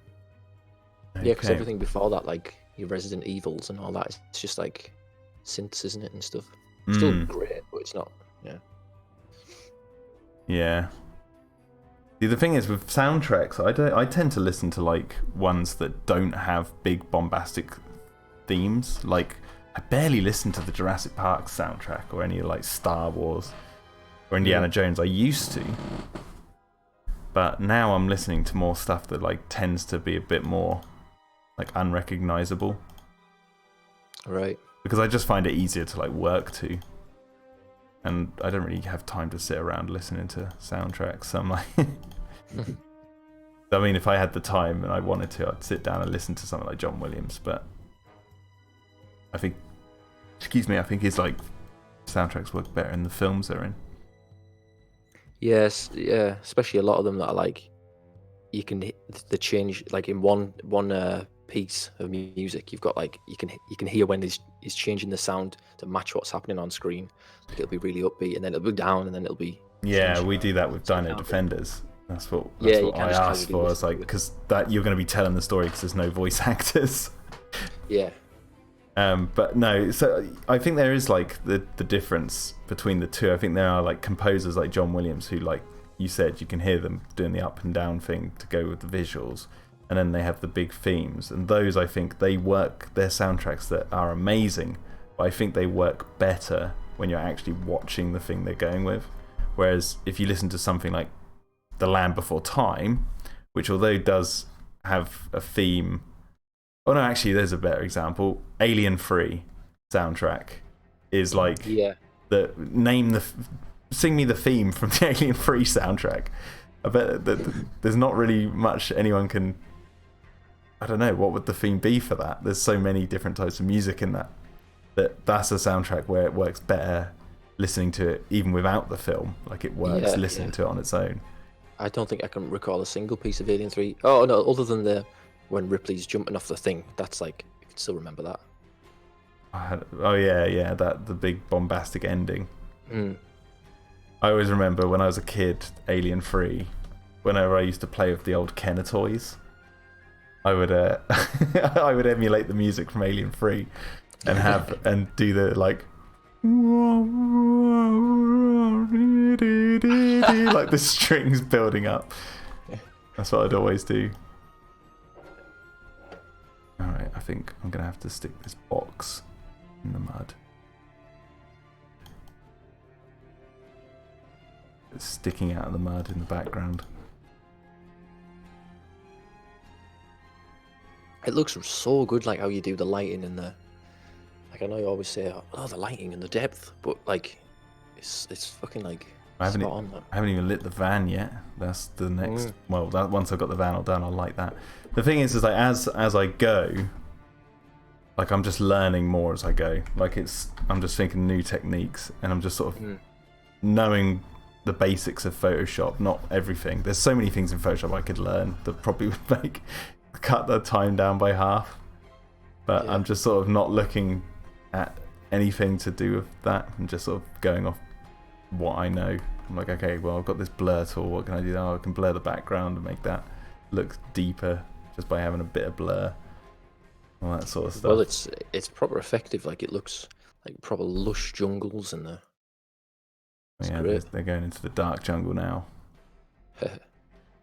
Thing is, with episode 3, without going into it too much, like this is the episode where everything goes to pot, and it although it might look like very Jurassic Park-esque with the van at the bottom of the hill all smashed up, this episode also is going to show the audience exactly why it's different from Jurassic. Right. So it's like visually there's like, oh, this is a homage, but then at the same time the actual what's going on is very different. And I think episode 2 I said was going to be the one that was going to define it from Jurassic, because the first episode's just like scientists go to base, see clone dinosaurs, gasp in awe. Wow, they're back. And it's like, yeah, we've seen that a million times. And then episode 2 is like, now it's nighttime and there's adverts on dinosaur sales and stuff. It's like, again, people smoking joints. It's like, yeah, we're not in Isla Nublar anymore, kids. Well, it's your own thing, isn't it? So you got like obviously the Jurassic inspiration is there, but it's of course. Yeah, I mean, it's your own IP. Yeah. Intellectual property. I think I might release the soundtrack on Spotify when it's all done. That's what I'm hoping to do. And that'd be cool, yeah. Well, the thing, and I'm also like, once I've done all the 6 episodes, I'm going to stick them all together, and then it'll be like a full film. Ooh, and nice. With that version, I think I'm going to add more sound effects, and we'll probably tweak the music further, and that'll be the final version of the whole thing. The definitive DDX experience. The DDEX director's cut. The DDEX DC. That'll be its title. Rolls right off the tongue. Why can't I find this front bars? There we go. There's this balance. This is what I was saying to I think it was my friend Will the other day, I think. But like saying how with this the challenge is make it homage Jurassic Park, obviously, because that's, you know, how do you get around not homaging Jurassic Park with a dinosaur thing anymore? Yeah, they've pretty much covered a lot of ground. you can't have a dinosaur attacking a vehicle in anything without people going, that's like Jurassic Park. Impossible. There's like, yeah, they've just pretty much got the monopoly on dinosaur media, I suppose, haven't they? Yeah, and like people have tried, like with the Primeval and the what was the other one called, Terra Nova. Yeah, but it's like I'd rather just be watching Jurassic Park. Yeah, exactly. But what I mean is like it's the challenge is there as well, and I think I think the best art. I'm not saying that what I'm doing is in that category at all, but I think the best way to process art for an artist is to box yourself in a corner and go, right, how do I dig my way out of this? It's like, yeah, absolutely.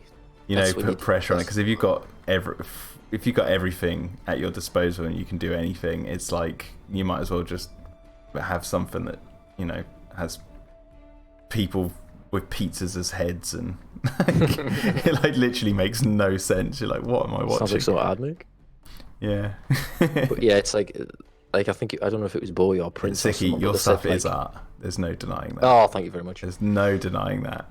That They say what you Muldoon want to do video is where he's like to that Rampage Edition soundtrack and his head goes ding, ding, ding, ding, ding, and it like spins from side to side. That had me floored. That did. that's a pretty mad one. That, but no, like if it's the challenge and it's the lack of options. That's what breeds sort of like innovation and all that. Like they say, like I was saying, it's I don't know if it's David Bowie or someone like that was saying when if you sort of like you get just out of your depth where your feet can barely touch the water, touch the bottom, and that's when you do your best work. Yeah, and that's what like I'm trying to challenge myself with this by having a story about cloned dinosaurs, and that boxing in is make it not Jurassic Park, but at the same time you can't get around certain things that are definitely going to be inspired by Jurassic Park, because why would you be telling this story otherwise? There's like finding that way to tell a story, and I think I've found it. That's the thing. It's like, well, this truck turned over at the bottom of the hill, like I said, looks very Jurassic Park-esque. Like the context is different, and I think that's the nature of sequels as well in movies. It's like, because Michael Crichton talked about this, like it has to be the same but different, and that's a real challenge. He talked about that when he was coming to write The Lost World. He's like, how do you get the same feeling but have a different story altogether so it doesn't become stale? And you know, even he had in his book a scene where T-Rexes knock a vehicle over a cliff, which is exactly what happened. Well, not so much over the cliff in the first film, but the T-Rex definitely threw it down a hill or something like that, didn't it? So it's like finding that balance to tell a story, and that's boiling it down, obviously, because the Lost World story is very different to Jurassic Park. But there's obviously similarities. You know, the raptors play a big part in the end of that book, as well as they did in the first one. Yeah, it's like you say, you put your own spin on it and things. And from what I've seen of the direction you're going, especially with the cloning aspect and how they do it, that all looks so cool. Like you put that, I don't know if you put it on, if it was public, but that image of the like the all the jars. Oh yeah, no, that is public. Public? Yeah, that is public. Yeah. Like that was like, whoa, what's he gonna do? Yeah. Yeah. Well, that does play a massive part in that's massive spoilers, Sicky. Stop trying to get those out. Oh shit. But no, it's like, yeah, there's obviously I can't talk about it. It's like I really want to tell you some stuff, but I can't. No, save it. Just save it all. Yeah, that's why I have to choose what I paint wisely, and it just so happens that what I'm painting is like I had to ask the chat if they wanted to see this, because I didn't necessarily know if I wanted to show the fate of this truck at least. So someone in the chat's asking, was anything cut from the first episode of Dino-Defenders Extreme? First episode. What the hell happened in the first episode? No, literally nothing. Nothing. It's because like it's no surprise. Like I said this on a stream ages ago, but obviously people might not remember. Like I'm making this up as I go along, so it's like I'm just sort of like, okay, then this happens, and then this happens. Okay, but I know certain things that I've got to get to in the story. There's like, me and Ross used to do this when we were kids all the time. We used to sit down and draw comic books. We'd just fold 2 bits of A4 paper, slot one in, so you've got like 6 pages or so. Right. And then we'd just draw 6 boxes on the front, or 9 boxes, usually 9 actually, 9 boxes on every page. And then we'd just draw a comic book. And then after about 2 hours, we'd compare our comic books and we'd be crying with laughter at some of the shit we're coming up with. Just absolutely abysmal, really, really stupid stuff. Like Johnny Thunder, that was one of our characters. This guy who's like a secret agent, and he's the most brutal secret agent you could think of. Like if you were in his path, you wouldn't want to be in his path, essentially. A lot of collateral damage. A lot of collateral damage. And in the most insane ways as well. And like there's a bit where he like escapes a base and he fly kicks a door off its hinges, and the door just goes flying through the air and then is chased by a jet, and he's like flying on this door that he just has fly kicked off. And he's like he's flying on it like a magic carpet, and he's like shooting this, takes down 2 jets with a machine gun off of it. Like this should be a real. I'd read this comic. yeah, it's like, but like the kills in it are also massively brutal, like horribly brutal at times. Like he'd like shoot someone, and then while they're like bleeding on the floor, he'd go, "Oh look, a big pile of salt," and just like rub their face in it, and he'd like run off laughing. And the bad guy would be like, like on the floor, like, "Where did that salt come from?" Like just that sort of stupid stuff. So it's like probably dialed up to like 11. Oh yeah, definitely. It's Johnny Thunder. I've been half tempted to like read them like on a live stream, go through the frames, like move the camera down the panels and read them. But you should. That'd be great. But I don't know if anyone would be interested in that, and it'd be horrendously stupid if we did. But yeah, we had this other character called Papa Sports Socks, which was like this old man head, and he had 2 sports socks sticking out the bottom of his face, Papa and that was it. Socks. Yeah, well, really stupid. Like our parents must have been like, "Are they smoking something like that we don't know about?" Yeah, that's what people say to me. People are like, "What have you been smoking? I want to take what you're taking." It's like, no, don't. Nothing. Just I've watched too much Jurassic Park. Yeah, essentially it. Yeah, but yeah, I see how it's like there wouldn't be anything to cut because it's. Well, I guess once you've drawn it, it's just going to be in there. Yeah, there was a deleted thing from episode 2. Oh, right. Which I mentioned in the last one, which I think I was going to have Jess go take a dip in the pool.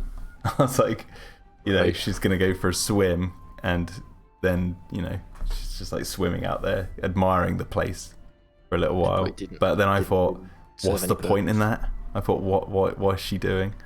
It's like, and then what's the story reason for that? It's like I just wanted to get some like shot. I wanted a shot from above. Basically, this is what was hinging on it. It was a shot from above, like a bird's eye view of the entire base, and you can just see her as a tiny dot in this puddle of water. And I thought that would be kind of neat to show size, like actually show the perspective of the entire place. But then I thought, cool. Yeah, and then I thought, you know what? I might save that kind of shot for something more important than a person just having a swim. So. I see. But yeah, no. There's like in my head, because I write a lot of it just in my brain. I'm like, right in there. I've got like, I say in there, like in my head, I've got like these almost like files. I'm like, okay. In there, I know that story beat I've got to get to, and that's got to entail A, B, C, and D. And then I've got another one in my head where I'm like, okay, that has to happen. And then I write them down in notepads, and I've got paintings everywhere. Yeah. It's like what you see on the computer is like at the tip of the iceberg. I've got this notebook that I've like storyboarded everything. In certain scenes, certain key scenes, I storyboard. So this one I'm working on was originally just a real quick drawing. I don't think I have it on me right now, so I can't be bothered to go get it. But like, yeah, there is like a little bit of planning. I know I said I'm making it up as I go along. No, it sounds like a lot of planning to me. But it is at the same time. It's like I'm just thinking off the fly. Like, oh, what could happen here? But I'll say this: episode 3 is like just pretty much action.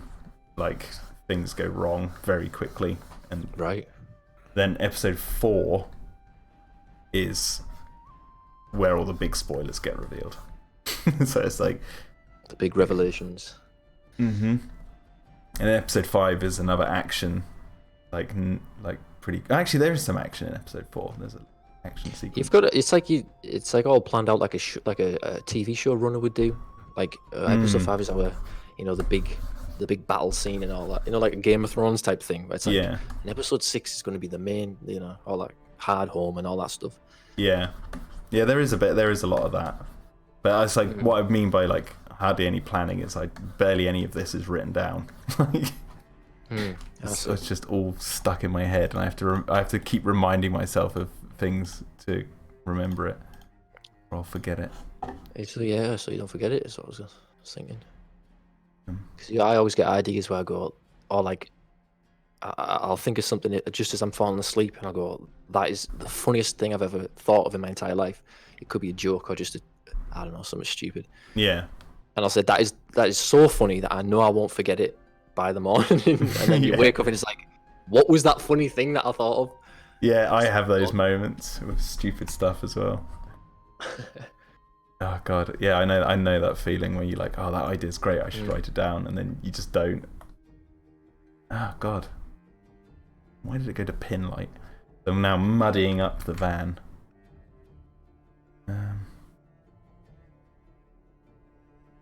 Get it all nice and dirty, dirty van.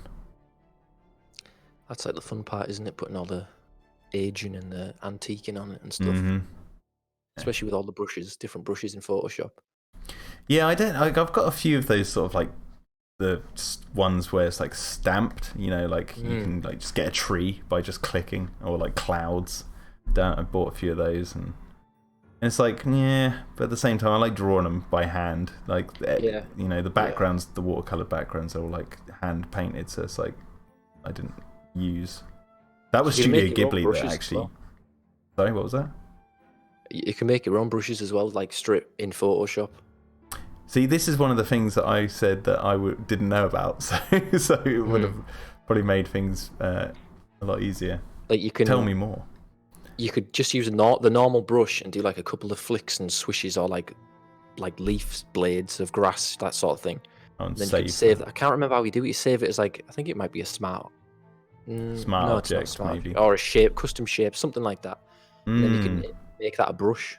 Like I made a brush of Jeff Goldblum's face just by accident. Click and drag, and it does like 1,000 Jeff Goldblum. That's how you do your animations, right? Is that how when they like skit across the screen, like, and there's loads of them? Oh no, that's just like that's just in Premiere or After Effects or something like that.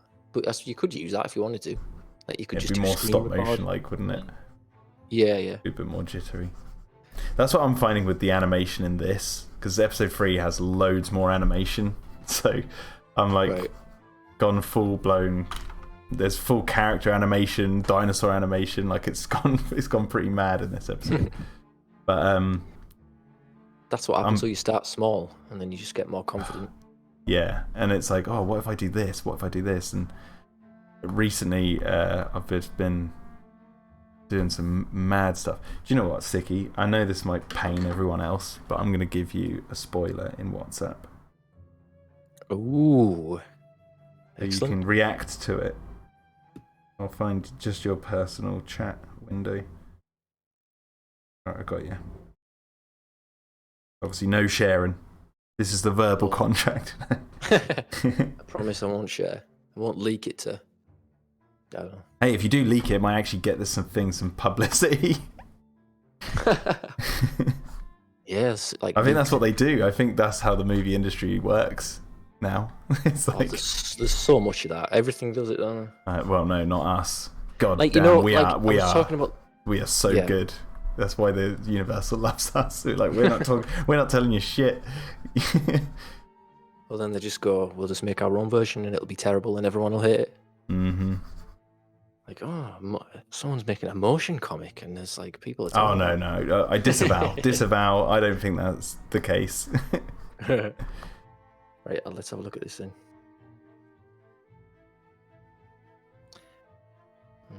So this is a live reaction. Yeah, don't say what's going on. No audio. Right, okay.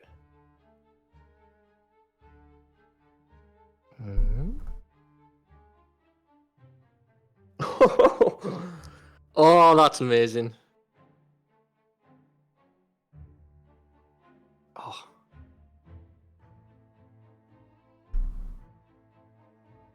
Oh, that was good. The slow motion. No, something came towards the screen. Ah, I see. Yeah, I know what you mean. Oh god, that's like a prime time cartoon. Doesn't do stuff like that. Yeah, that's exactly right. That I said it on my Patreon that this isn't going to be for kids. I didn't mean I wasn't. No, lying. I mean in terms of like the animation, like you don't really see that sort of like stuff. Well, yeah, so I'm trying to capture that feeling, and inadvertently, I'm sort of doing it. So it's like, it's hard. It's like it's hard to get 3D out of 2D, out of your mind. It's like I've got to think of these things as 3-dimensional, not 2-dimensional, and it's like that's hard when you're like trying to. Well, that little sequence there's so much depth in it, and there's like something that happens about 12. Hang on. Oh, at exactly 19 seconds in, there's a lot of 3D type stuff going on there. That's really cool. Oh that was basically using the 3D thing on Photoshop. Oh right. So like for example, if I make a new layer on this, the perspective tweak thing. No, I'm going to show you on live stream. So like if I get this and I just make like a rectangle, an orange, let's make an orange rectangle, yeah? Then I just click 3D and then go 3D extrusion from its selected layer. There's a bit of a delay, so yeah. No, that's really cool. That if everyone listening, you've got a lot to look forward to.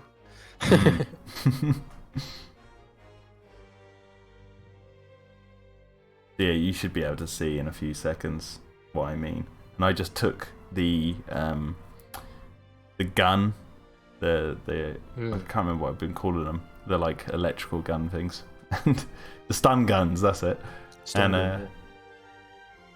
And using this, like, just basically made it into an object, and then just like moved it, and then saved it as a frame, and moved it, saved it as a frame, and then played them all together, and then it basically made it into a 3D. I could have done loads of frames, but I'm like sort of obviously trying to get this done. So I'm like, what? It's like when you shorten a sentence down, and you're like, I need to make this sentence as coherent as quick as possible. Which you're probably thinking. Get the point across in like the least amount of. Yeah, and you're probably thinking steps, that's not how you don't apply that to WhatsApp, Jack. but like, I was like, oh, how many frames of this gun spinning do I need? And then I basically definitely got the effect, and it was great.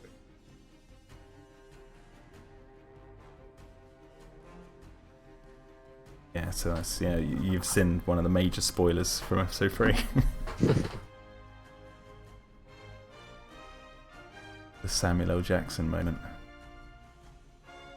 Yeah, it's Samuel L. Jackson, and also Carl Weathers in The Predator. Is he called Carl Weathers? Yeah, Carl Weathers. Yeah. And I won't say anything else. Yeah, I think people might guess from that, but because of what I said as well. But I don't think there's too many people that care at this time. There's only 7 people watching the stream, so it's not like 7 legends. That's the thing. It's like I'm gonna try and get this.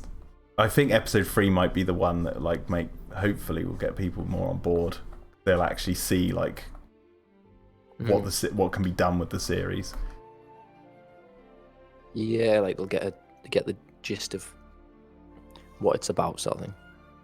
Yeah, I mean the first 2 episodes are quite like.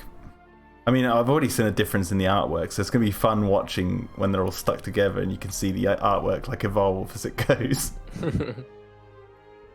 By the end, it will look like the Final Fantasy movie, you know, that 3D film. Like, that's what episode 6 will look like, and I'll be like this haggard old man with like a long beard, like I got it done. Well, that's what they say, isn't it? 10,000 hours and you become a master or something.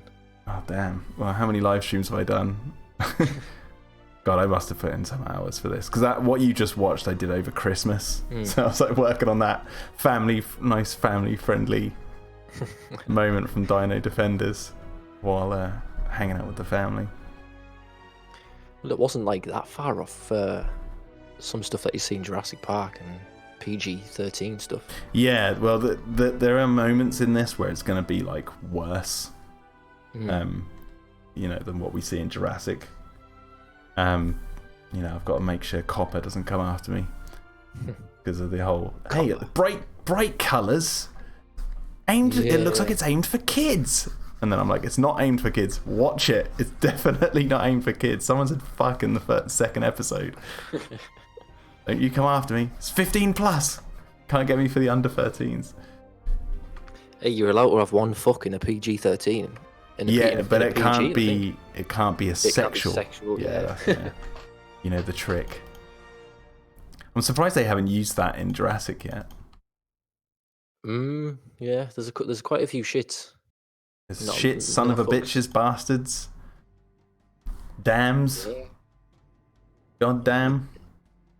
I think there was a wanker in there somewhere, wasn't there? Was there? No. No.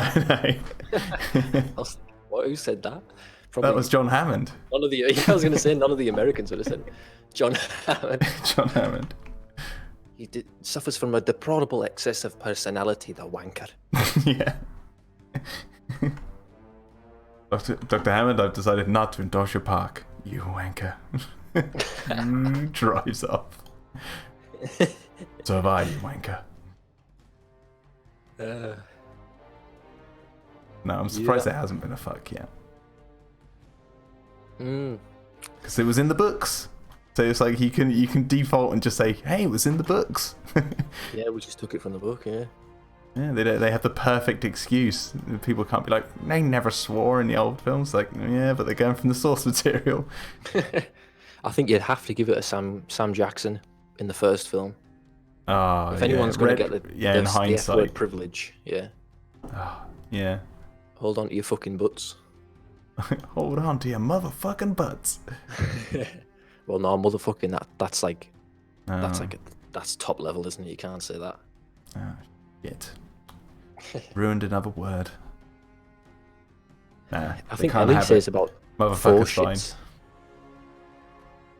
in the back of the Jeep when they're getting chased by the Rex. She's like, she just keeps screaming shit. You know what? We need to do a shit tally of all five. I only said 4 or 5 of the Jurassic Park movies, and then get them to like make a video sicky of all the shits. Like shit. Swear word supercut. The shit supercut. That'd be hilarious. Do you watch Oh, sorry, that is one big pile of shit. I was just going to say that is one big pile of shit. Yeah, end with that one. One big pile of shits. What were you going to say? That is one big pile of shit. Do you watch Angry Video Game Nerd? No, I'm aware of him because obviously he's huge. Yeah. But I don't really watch his stuff. Oh, I think I've seen the odd video. I was going to go into like how much he talks about shit in his videos. Like it just comes out of the blue and he's just constantly talking about it. You're like, why is he constantly talking about shit? But then it's so funny every time he brings it up. But never mind. Because he released an episode like yesterday and it was hilarious. Right. I think he's reviewing the game Raid 2020 in the year 2020. And I've never even heard of it. It's a really old, like obscure game. Ah, right. And but that's because 11 years ago in an AVGN episode he said much like Raid 2020, hey, maybe I'll review Raid 2020 in the year 2020, and that was 11 years ago, and it was like a 2-second long joke in a video he made on YouTube back in the day, and then he actually did it. Yeah. Right, I need to sharpen this window more. There you go. Getting the van to start to look really beat up. Part of the scene. Sharpen it. Yeah.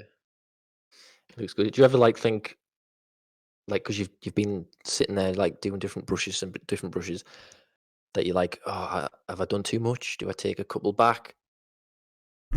I think mainly my ass is numb, but right. That's all I think about when I'm sitting here painting. I'm like, my ass is so numb. I need to get up. Yeah, I mean, there's been times where I'll paint an entire picture and then I'm like, I realise that I done goofed about 23,000 clicks ago. So I'm like, I'm probably just gonna have to do this all again, like from the beginning.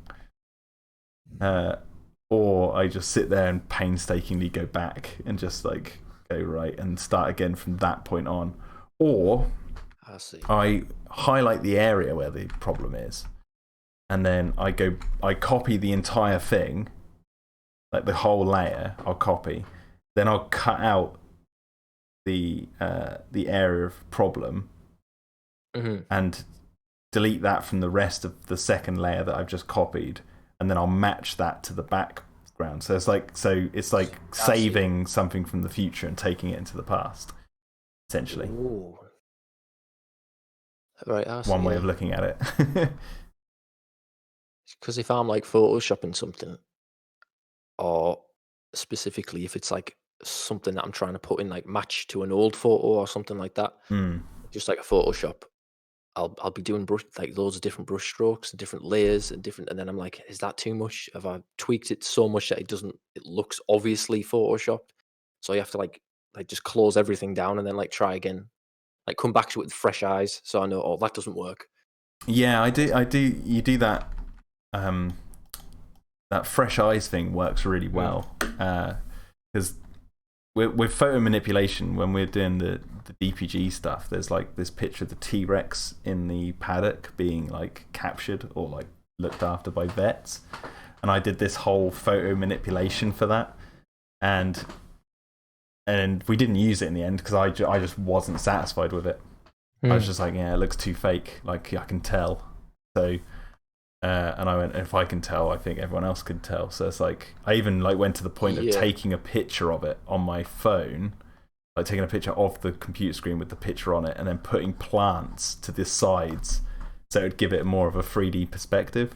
And that kind of worked and made the picture look better. But in the end, it was like no, and it was like one of those moments where it was like, you tried it out, but didn't. It just didn't work. But what I did for that was I did that very process where like I went to bed and I was like, I'm going to sleep on it, and then looked at it a few days later after work and I was like, yeah, you know what, didn't work. It still looks like shit. So it didn't work. But you know, sometimes it can work, and you like surprise yourself. Like if you've been sat in front of the computer for hours and it's like, I don't even know if what I'm looking at, like it looks good, like does it even sell? And then you look at it the next day and it could be like, did I make that? Like, oh, it's like that looks totally 100% great. Yeah, exactly. So you gotta give it a go. Gotta give it a go.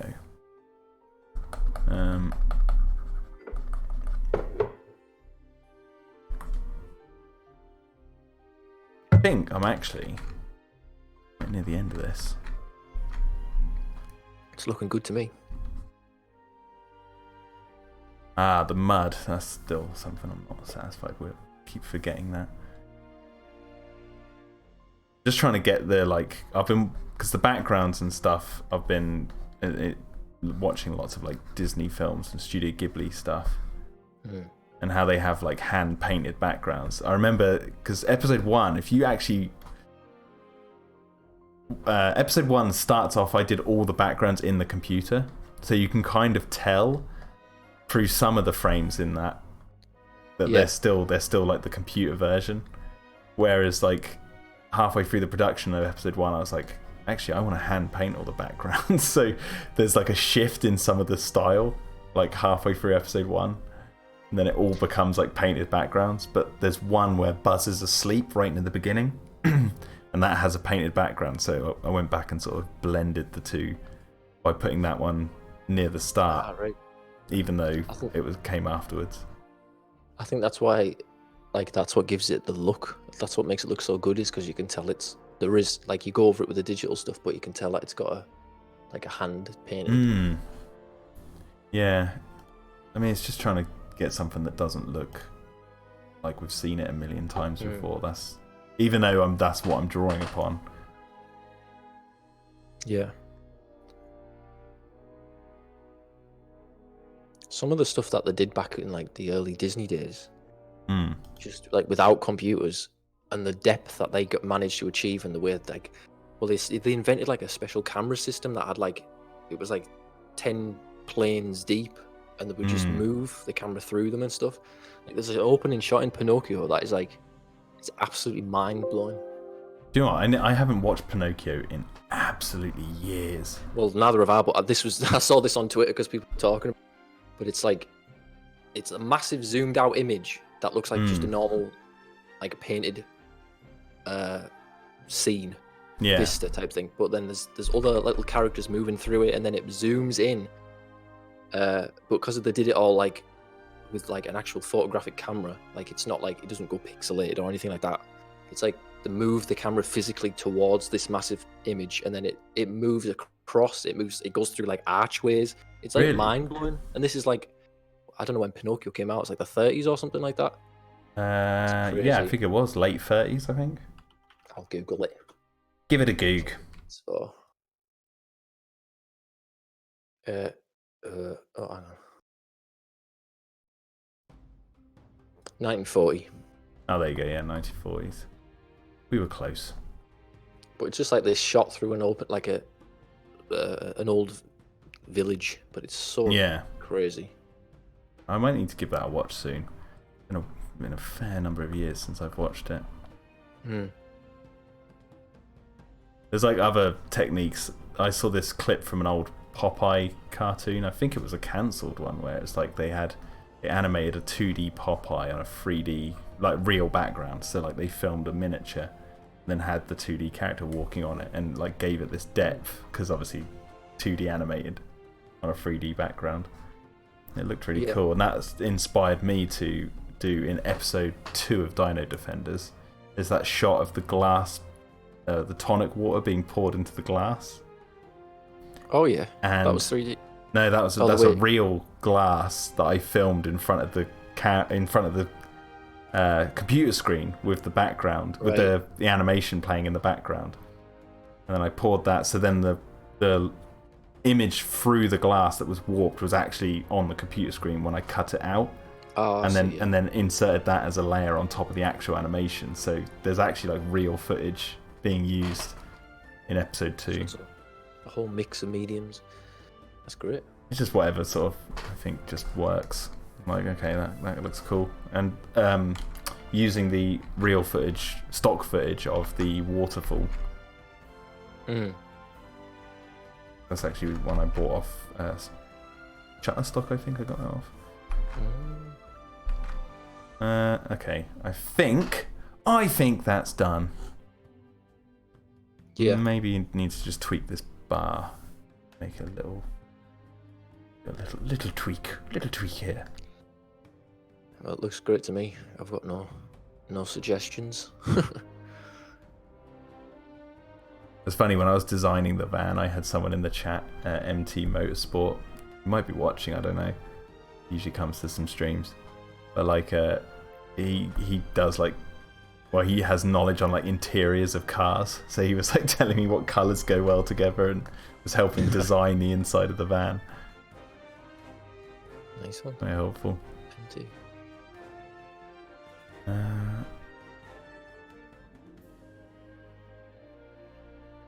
Oh man, I was just reminded myself of something really stupid. So like, I was talking a minute ago about how the Angry Video Game Nerd made a video 11 years ago on YouTube, and just reminded me that I thought of this video, or I saw this video years ago, and I didn't think it was still on YouTube until I found it the other day, and I was like, oh my god, and it's like uploaded. I think it was 11 or 13 years ago or something. Like that's how long YouTube's been going. And it's this Kate Bush Wuthering Heights video of this guy in this like witch mask. Hell yeah. Have you seen this? No, I'm just a big Kate Bush fan. Okay. I might have to send you the link to this. But like it's like this guy in a witch mask is just like dancing around this farmhouse to Kate Bush. And then like there's this story where the guy is in the house and she's like at the window wanting to be let in, and it's hilarious. And it's just this couple of boys just made this stupid video on this farmhouse, and I just couldn't believe it was still on YouTube after all these years. Classic YouTube stuff. Oh, I love all that stuff. Just random like weird stuff on YouTube. Back in the day before it was ruined. I used to like there was like you could go to browse and like sort by new. Like, so it was all the videos that were uploaded like most recently. You'd Yeah. find some like gold in there. Yeah. Before like everything gets taken down. Before everyone was just trying to make it a fucking like business, and all the companies are on there and stuff. It was just people turning a camera on and like messing about.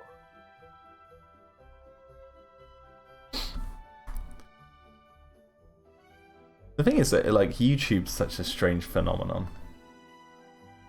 It's like crazy that it even exists. It's like, I always sound like really old, I think, when I say shit like that, but it's true. It's like I'm sitting here like painting, and people can watch, and it's like not that long ago that was like an impossible thing. Yeah, like it was like I remember. I think I'm a little bit younger than you, but I remember just like I would make my own films on like the family camcorder, and then you would just put it on the telly, and like your cousins would be there, and you'd be like, "Oh, look, this is the film we made," and you just show you like your mum and dad and like your grandparents or something. I've actually got like a treasure trove of videos like that. That's where like Curse of the Mummy Baby comes from, and that. But yeah, it's pretty crazy in such a relatively short space of time. It's like since 2006, something like that. Although I guess there was video sites before that.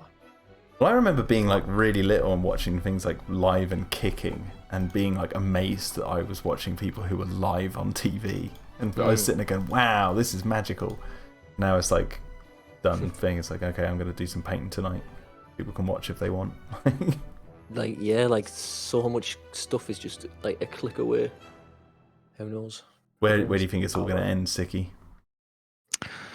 With the internet, where do you think it's going? Are we gonna meld with it? Are we gonna? God, I don't know. I hope not.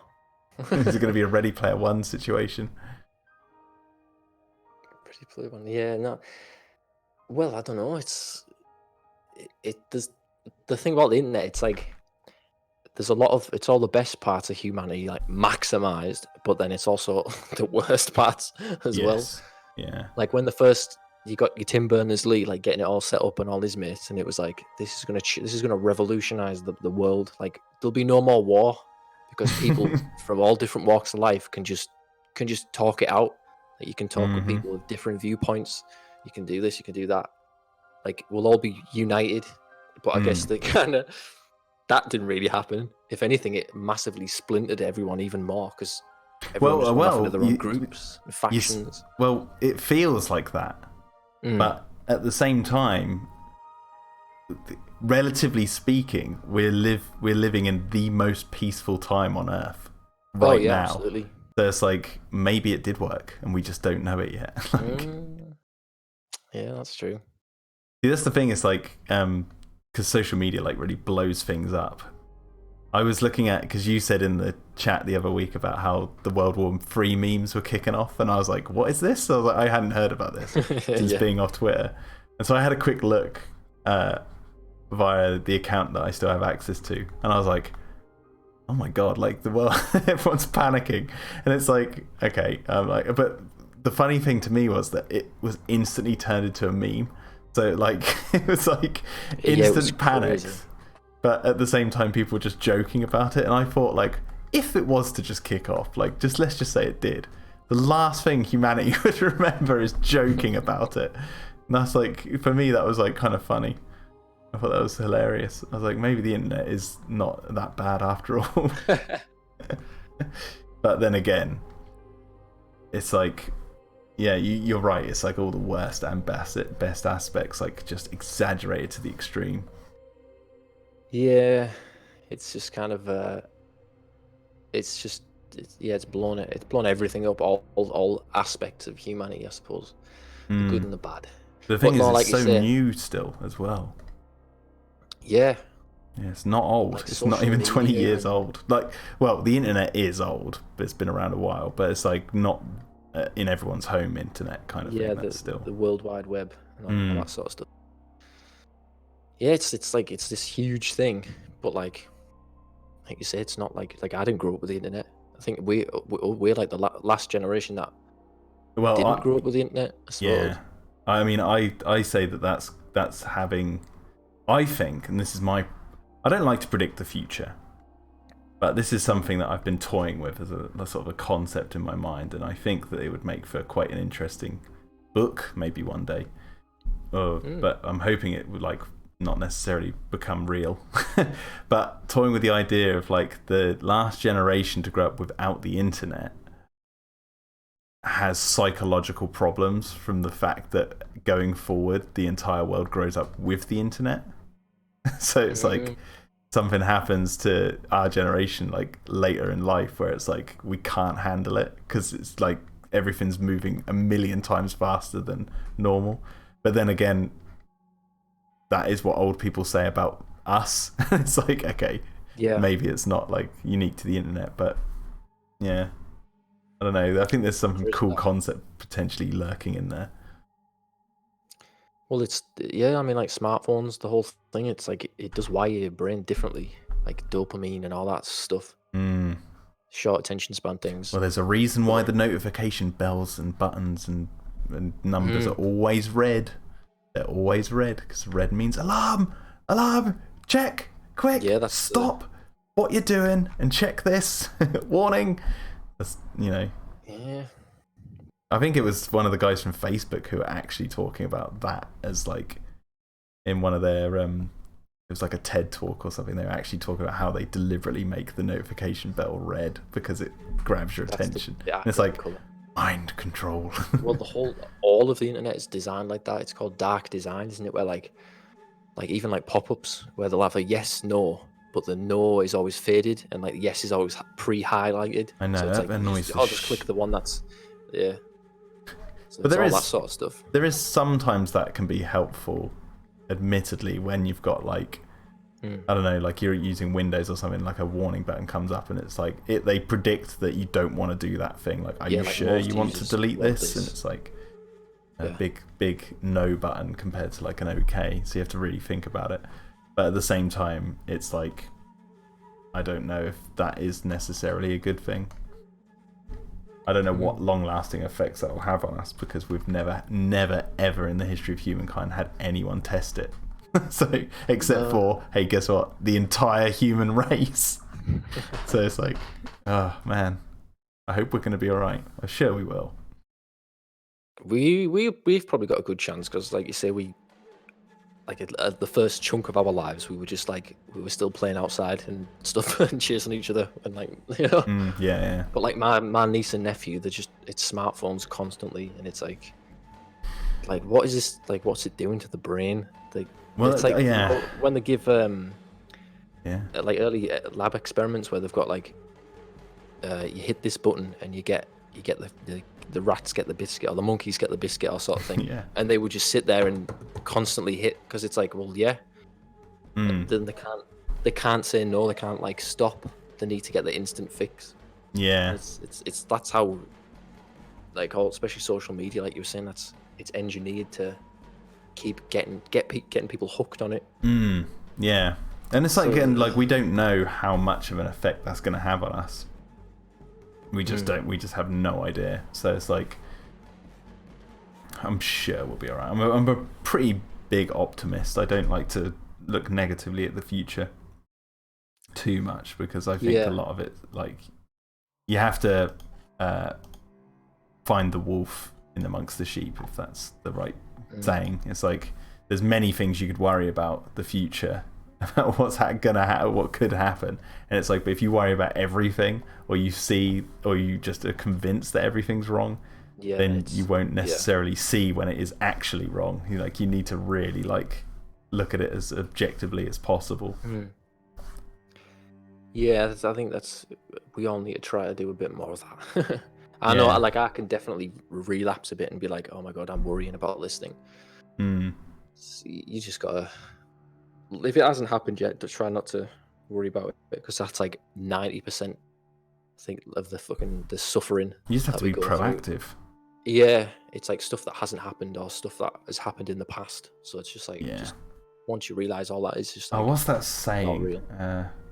There's a saying I heard that I'm going to use in this cartoon that says, where you started is not where you'll end up, and relocating the idea that where you started is where you'll end up means you'll lose the drive to better yourself. Now, that is something I heard someone say somewhere, and I can't remember where at this current time. But I've got it written down in my notes for Dino-Defenders because I want to have that as a line of dialogue in the show. Maybe retweak it, but have that message. Like, if you relocate that idea that what you fear is definitely going to happen to you again, or you fear it happening to you at least once, it's like you'll lose the drive to better yourself. You'll be stuck in fear, essentially. Well, it's the fear that stops. That stops you. But like, it's, you need to realize, well, what am I afraid of? It hasn't happened yet. Or if it does, sometimes that can be a learning experience. For next time. Exactly. Like the greatest projects die for no greater reason than that we don't dare. I don't know who said that. Who said that? Did you say you didn't know who said that? I can't remember. It might be. Nope, can't remember. But I know that it's about like confidence and. Don't lie, it was Dumbo. We all know it was Dumbo. Dumbo. Yeah, you don't remember Dumbo talking? He did, and that was the only thing he said in the film.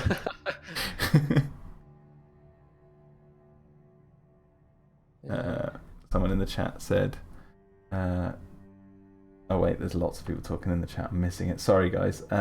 Kids who were born in the 80s and early 90s had the best lives before technology came and took over everyone's lives, as it has done.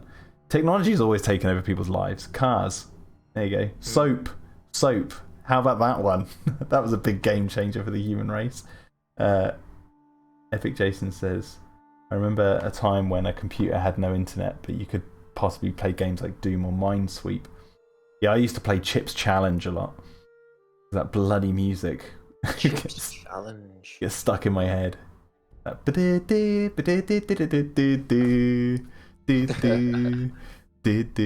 might actually put on the Chips Challenge soundtrack on the live stream. I don't think I played that, but I recognise the name. Oh my god, Chips Challenge music. Here we go. It's nothing. It's not anything to do with Mr. Chips off catchphrase, is it? No. Right. This was one where you had to be a little guy running around inside a computer collecting chips. I'll Google it. And you'd slide along like there's no animation. It was so basic. No, I didn't play that. The music, just listen to the music, man. It's hilarious.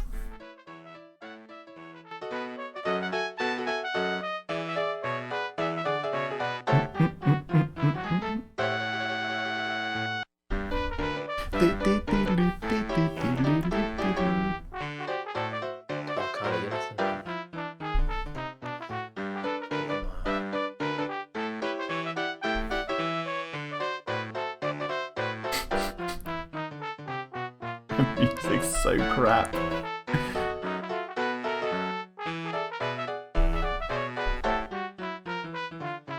Anyway, I can't stand enough of that. I can't listen to that. It's great, but that music is so funny. Back to the golden compass. There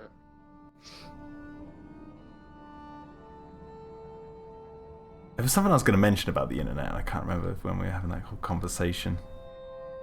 About the worrying about something happening. I can't remember. What was some of the other quotes that I've got here that I want to put in the show?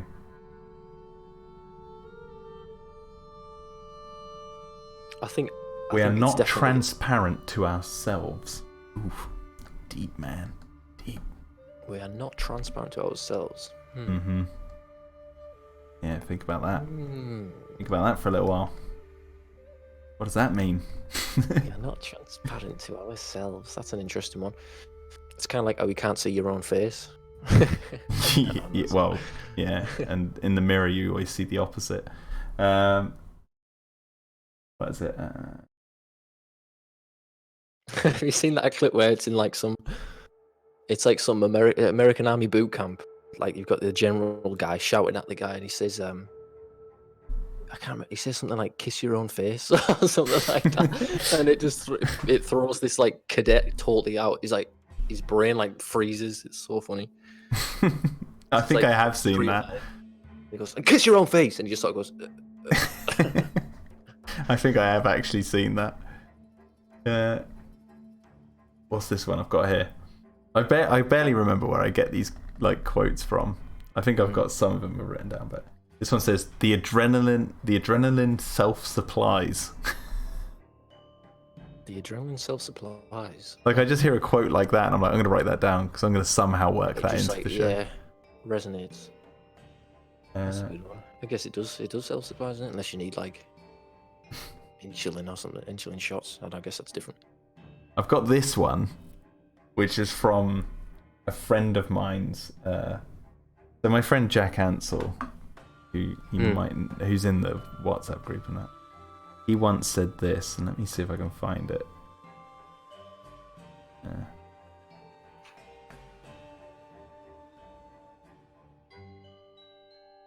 Bear with me. I have to try and find the origins of this.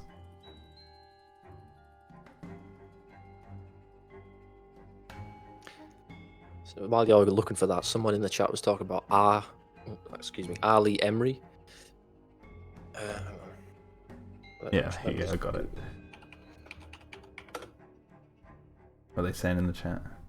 They were just talking about Ali Emery, who's the Private Pile, the guy from Full Metal Jacket. But I just yesterday saw him in a film that was produced by. It's the worst film I think I've ever seen. Produced by Michael Madsen and starring Michael Madsen, and it was what was it called? I think it was called the Sender, and it was like it sounded cool on the little info thing. It was like government agents trackers like a child with like psychic abilities because there was aliens involved and stuff. But as soon as you started watching it, you knew it was just like no budget. Like it came out the same year as Independence Day. Right. The CGI was so bad. But I just remember because that guy was in it. Ali Emery was in it. Anyway, sorry. So I love watching movies like that. All these like films that people just don't care about, but they're like the storylines are so highly ambitious. Yeah. So I got this quote which I want to put into the show somewhere, and it says, "Remember that we are eternal in the eyes of God and shall never die, but God will devour you, Craven, and as God, I too shall devour you." Wow. And that comes from a friend of mine's quote. And this is the full quote. I've edited it for obvious reasons. This is his one. "Today's special is 360 degrees of superior love, and the greatest rotisserie of planet Earth cooks us to a golden shine. Remember that we are eternal in the eyes of God, and shall never die. God will devour you, Craven, devour you, because he has a great passion for the batter you're dipped in. And as God, I too shall devour you." Bloody hell. I think he said that in a drunken rant one night or something. We just like he said that. Yeah, we like remembered it, and it was like cracking us up. So That's mental. That. So I'm like, as an ode to that, I'm putting that in the show somewhere. Yeah, it's a pretty interesting one. There's a lot going on there. But see what you just said that out loud. What was the context? I don't think I was there, but right. But I think that's what I think happened. My friends constantly quote it from him, and I'm like, that sounds like something he'd come up with. Right. So we just like cracked up. Yeah, no, the other ones, they're kind of spoilerish, so I don't really want to say them. But there's one that I've got crossed out here because I already put it in there, which was, there is no one more boring than someone who answers "How are you?" with the truth. Then someone who answers "How are you?" It cut out a bit there. What was that one? There is no one more boring than someone who answers "How are you?" with the truth. I heard that and I found that so funny. I was like, all right, that's good. Put that in there. They're just like quotes that make me think. And then there was another one. There is one there I can actually say. It says, people don't have ideas. Ideas have people. And I was like, ooh, okay, using that one. That's a cool one. People don't have ideas. Ideas have people. Yeah.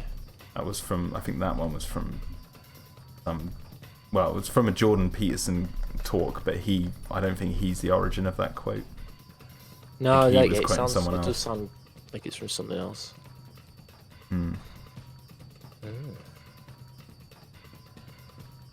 Nostalgia King says, what do you think of Mechagodzilla in Godzilla vs. Kong? Well, I don't know if Mechagodzilla's going to be in it, but if he is in it, thank you for the spoiler!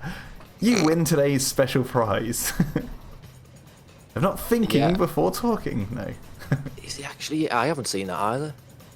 I've been hearing rumours. You hear all sorts of rumours when a film like that's coming out, because there's so many different characters they could add in. Wait, GVK... Oh, is that the new Godzilla? That's Yeah, Godzilla the new Kong? one that's coming out this year. That'd be cool if he was in it, but... Yeah. Although I haven't seen King of the Monsters yet. King of the Monsters is nuts. It's batshit. It's patently insane. We were talking about that at the beginning of the stream. I have a love-hate relationship with it. I did really like it, but I'm like, it could have been better. I think I prefer. Was cool. Yeah, trailer was cool. I think I prefer Gareth Edwards' tone. I said I prefer Gareth Edwards' tone, and I preferred his film overall as a film. But King of the Monsters monster action and Godzilla himself as a character is much better. So it's like, that's where I'm torn. It's like whenever I want to watch one now, I'm like, oh, I want to watch that Godzilla. Like, I don't want to watch the Godzilla and Gareth Edwards Godzilla, but I want to watch Gareth Edwards Godzilla, if that makes any sense. Yeah, no, it does. I like that Godzilla Gareth Edwards one. I think I like his directing style, his sensibilities, but I don't. Yeah, that's kind of way it kind of falls a bit flat. Is the actual Godzilla action, I suppose? Which is a bit of a problem. But, I think I need more debris. What can you help me with some debris, Sicky? What debris should be on the floor here? I think there needs to be more. Some detritus. Yeah, some debris. Well, you've got glass. Yeah, got glass, got the broken wing mirror. Oil and all that stuff. Fuzzy, put a bit of fuzzy dice in the mud. No. Okay, no, I will. There's no fuzzy dice in the wing mirror in the other bits of the episode, but I can add a. I don't even think people have fuzzy dice anymore. That was like a 2000s thing. Han Solo does. Oh yeah. Yeah, he's got his little pair of space dice. I will. I'll put a pair of fuzzy dice, even though it doesn't make any sense. I'll still put them in. Because why not? They could have been rolling about in the back, you know? Yeah. We don't really see much of the back of the inside of the van in this episode, so... Well, except for after the crash. I'd say Google car crashes, but I don't do that. No, I've done that a lot already, so... I was showing my nan and granddad a video yesterday, in fact, of this, because in Russia they have to have a lot of... Yeah, they have to use dash cams, don't they? Yeah, so there's a lot of fish, and I was telling my nan and granddad, I was showing them a near-death compilation on YouTube, because that's the kind of guy I am. They said they'd seen an accident on their way up to mine, so I was like, oh, how bad was it? And they were giving me the details, and then we were talking about how, like, my granddad was like, oh, I was amazed, they were all okay and everything, but they were surprised they were because of how horrible the accident was. Then I started talking about how there's this one video from Russia that I saw, and then I showed him, and I had to go through this bloody compilation to find it. So I was like showing him this video, like, oh shit, wait, I need to look at a die, which way round do the dots go? If not, I might get die enthusiasts come after me.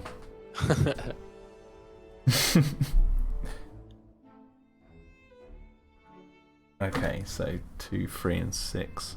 Do that. Have you ever been in a car crash? 2. Oh shit. Yeah, one when I was really, really little. Don't really remember, and it was only a bump really, but it dented the door in some. And then I've when I been was in a teenager. A few little bumps, yeah, but not like a proper crash. Yeah, I'd say the proper crash was the second one. We were at a set of traffic lights, and my girlfriend at the time was driving, and her dad was in the passenger seat, and I was in the back, half like asleep with my head back, like with my eyes shut. And we parked at traffic lights, and this woman who was trying to outrun police went into the back of us at like 30 miles an hour or so. She pulled away, and God, I woke up. I was like, because it was only a little hatchback as well, and then when I didn't freak out or anything. I just got out, I just went to my girlfriend. She was, in tears and stuff. But I was like, "Oh, you're right," and all this sort of stuff. And her dad got out and was really angry at the car behind him. And I got out, and when I saw the back of the car and how close that was to my head, if she was like going any faster, the whole back looked like someone had taken a bite out of an apple, and the headrest at the back was like inches away from where my head was, and that's when I freaked out. I was like, "Whoa, that was close!" How close it was, yeah. Yeah. What about you? No, just like I said, just the odd bump. That's about it. Bump, I don't actually drive. I can't drive, so yeah, not because I'm scared of crashing, but just never learned. Yeah, it's funny because I don't drive either. But If you got, can you though? If you had the tests. I did test when I was a teenager, but I kind of freaked out, if I'm honest. And then I moved to London, so I was like, I don't need to drive in London, so I can kind of skip around that. But this year, I'm learning to drive, so... I just got my provisional as well this year. Oh, nice. Yeah, because my wife's now pregnant, so I thought, I need to learn to drive, so if she goes into labour, I can actually take her to hospital. So, it's about bloody time, Jack, you lazy millennial. Get off your bloody ass. Stop being a layabout, come on. That's what I've been telling myself, so... Okay, there you go. Got some... Oh, that looks great. That's what I was picturing. Because you do see a lot of that in like car wreckage. There's like, you've got your smashed glass, your bits of metal, but then there's like weird contents from like the glove box that's like... yeah. It's perfectly just laying there, something like that. Handgun, bag of cash, lottery tickets, 100,000 cigarette butts. Yeah. Smashed bottle of whiskey. Yeah, that's good, that. Trying to make the dice look a little bit more fluffier. This is like, this is going to be so tiny, and I have to like light them, obviously. Yeah, that's what I was picturing. You can take it out if you want for the No, they're staying in. They're 100% they're staying in. Just going to make them a little bit more dirtier. Is that the right word? Dirtier? A little bit more dirty? I guess, yeah. Because it's like they're flipped out and then the things rolled over them and pressed them in the mud. Yeah. I'll say this, I've never broken a bone in my body though. Nah, same. Yeah, I think because of our I don't know if that's a generational thing.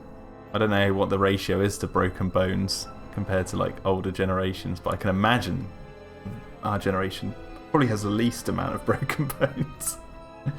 I don't know. Not compared to newer generations. I'm sort of comparing to the generation before more.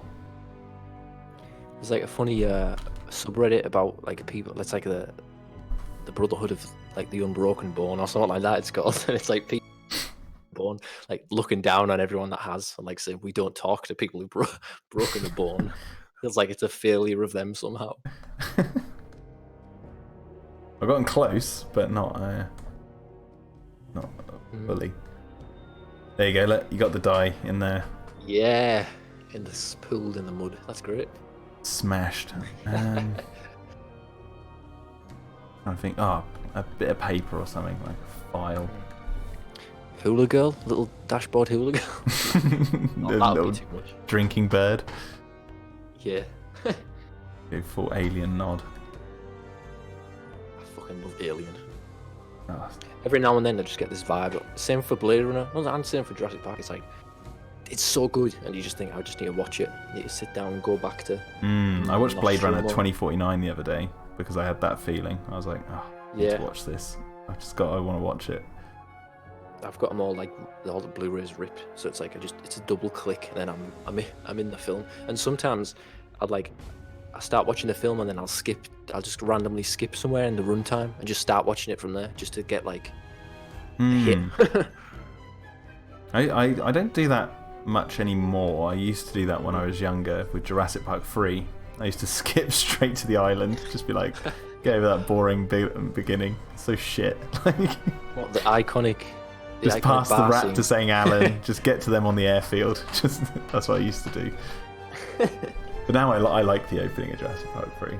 So it's like, well, not like is a term I use lightly, but yeah, I don't skip over it now. Right, I don't know. I just started drawing this. I don't even know what it is. It's just like a piece of junk just fallen off. Looks like a piece of something. It's like a bit of metal or something like that, doesn't it? Alright, I think this is done. How long have I been streaming now? 3 hours. Yeah, But I don't want to stop. The thing, I want to keep going. Do a mega stream. Mega stream extreme. 6-hour stream. Yeah, I've done those. I want to do a 12-hour one or a 24-hour one day, just to get it done.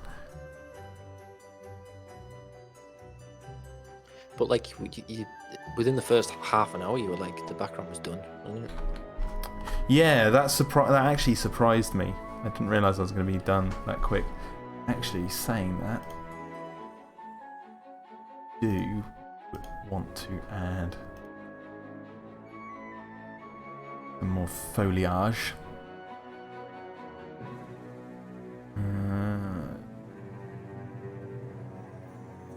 Where have I got it? Jungle bit, is that going to be it? No, but I can grab a bit from this actually. Good, I'm going to steal some vines. I'm not just saying it, but that fluffy dice really just sells it. You get a credit, Fluffy Dice by Fluffy Dice Story by Sick Trike. You know what? The vines will be quite good for this area, I think. I'll be right back. 2 seconds. Yeah, no worries.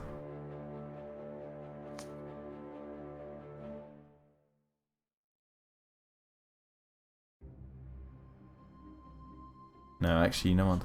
The vines might actually be a bit OTT. Less is more.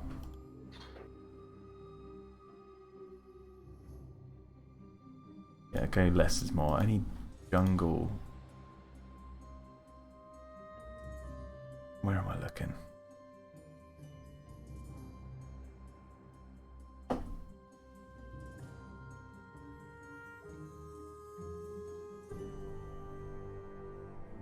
Yo, Cretaceous Slanted, how you doing? One crunch bar in the crash. Watching Jurassic Park 3 makes me crave crunch bars every single time I watch it.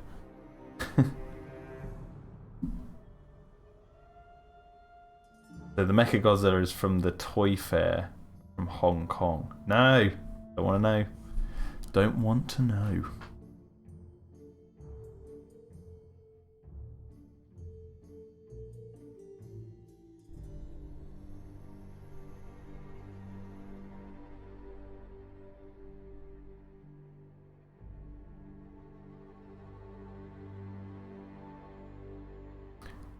I'm gonna find this file. Can I find it, Captain? Ah.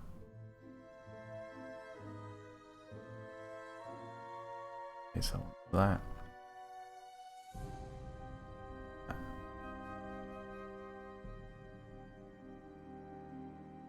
We're gonna make something with this.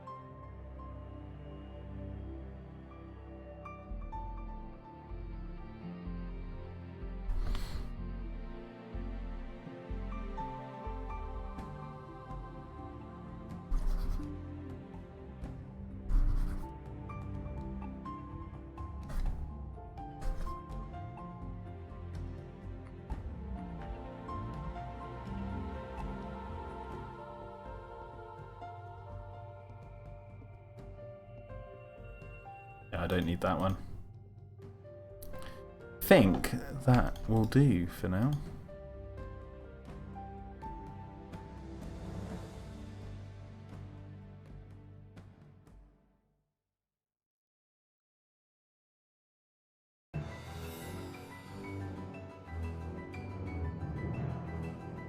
Actually, no. Maybe if I make it bigger and then blur it, better.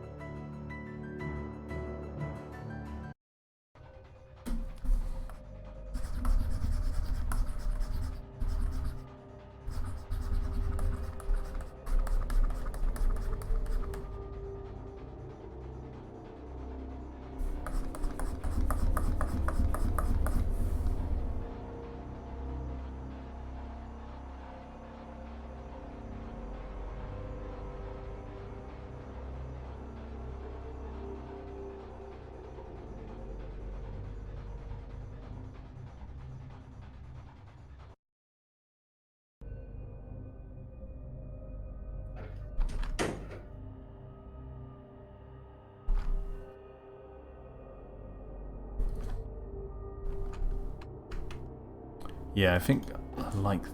So I'm going to blur it now. There you go. That just adds that extra little bit of depth to the whole thing.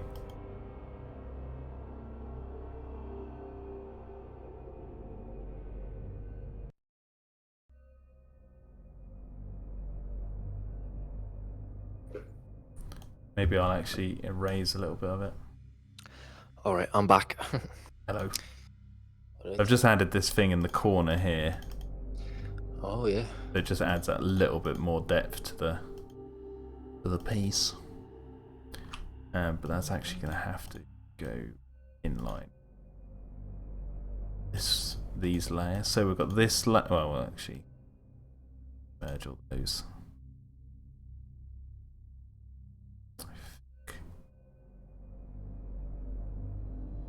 No, they should.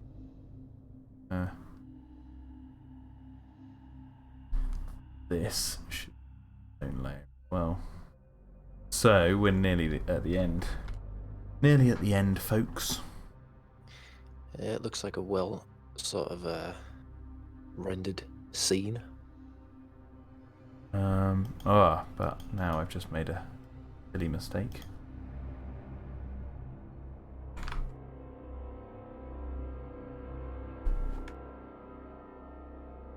That's better. So now what I've done is if I merge all those layers.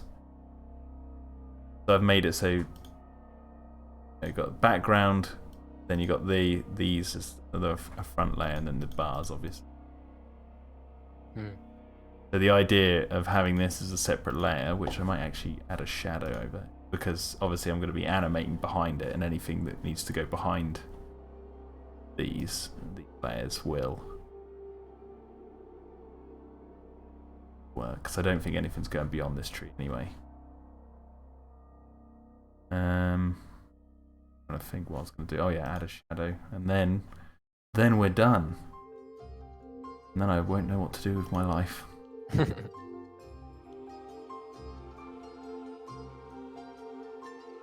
I'm actually editing a frame with the Mega Raptor, a very highly animated frame, which I was working on just before starting this stream up. So I've actually paused to do a frame that's set like maybe 7 frames after where I am. Yeah. And then I can then this is ready to go when I get to it. That's cool. Do you just use, so what software do you use to do like the more, like the character animations? Is that did you just use Photoshop as well? Yeah, so let me see if I can show you thing on here. You're watching the stream. Yeah, I think there's like a couple seconds delay. If I can get this.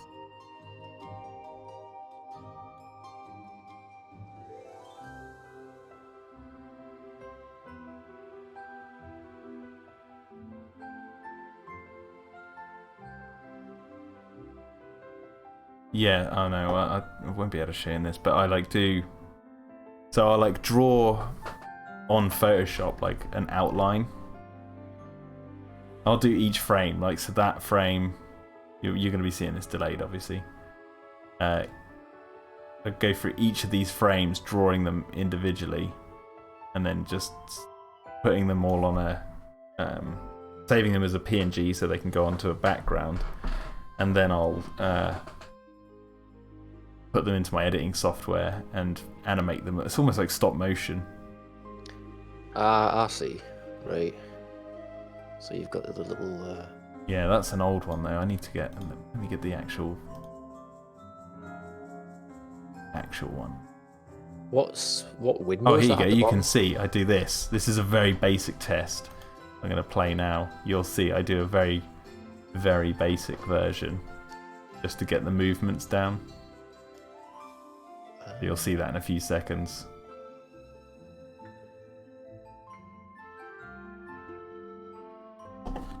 And then it will go back to... Oh, so that's the timeline. That you're using the timeline. I don't use the timeline in Photoshop. I'm just opening these files in Photoshop. I do all the, like... I save loads of different layers or loads of different frames as individual pictures, and then I'll put it against like this one goes against a green screen because it needs to be like moving. The background needs to be moving behind it, and I could animate everything, but it's just easier to do like some of them I green screen in, and then other ones I animate directly onto the frame. Right. And then I like, yeah, you can see that's what the final one looks like. Huh. That's good, that, because I use the timeline window, but if I like use it for like GIF, something like that. Yeah, there's like this. Let me show you the actual frame on the stream that animation I just showed you was for. It's no spoilers. So it's for this one. You're going to see it on the stream in a second.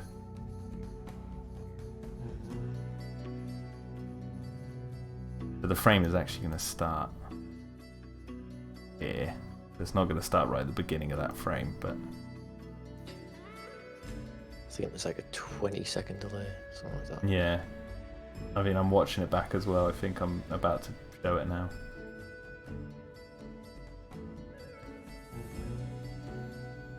It looks really fluid though, like it's smooth. Yeah.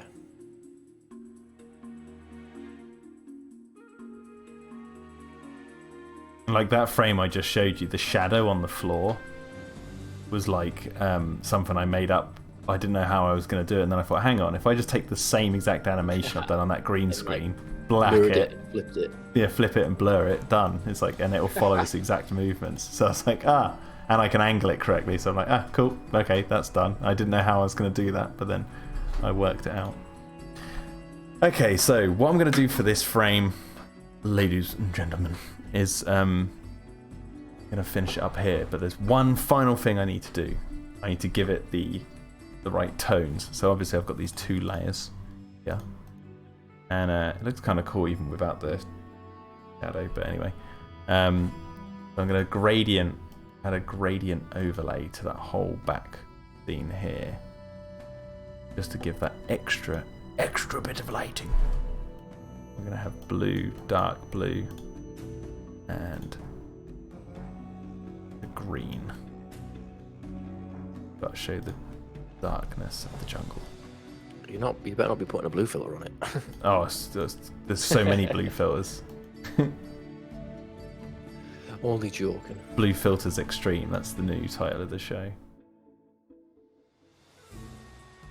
Night.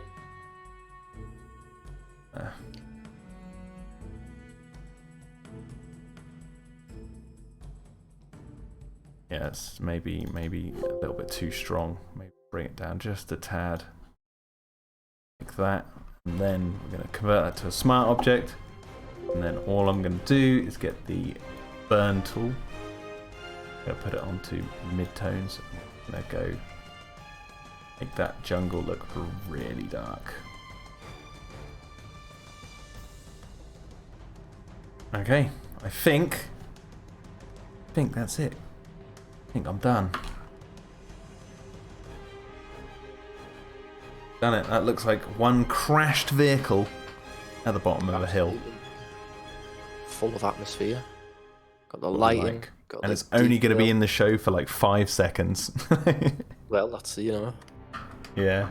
it all adds to it, doesn't it? Let me go. I wonder if this works if I go full screen so people can. Like, you still, even like you say, it's there for 2 seconds or whatever, but it's the audience. It still registers that it's detailed and there's time has gone into it. Yeah, let me see if this works. If I go full. That. The hand.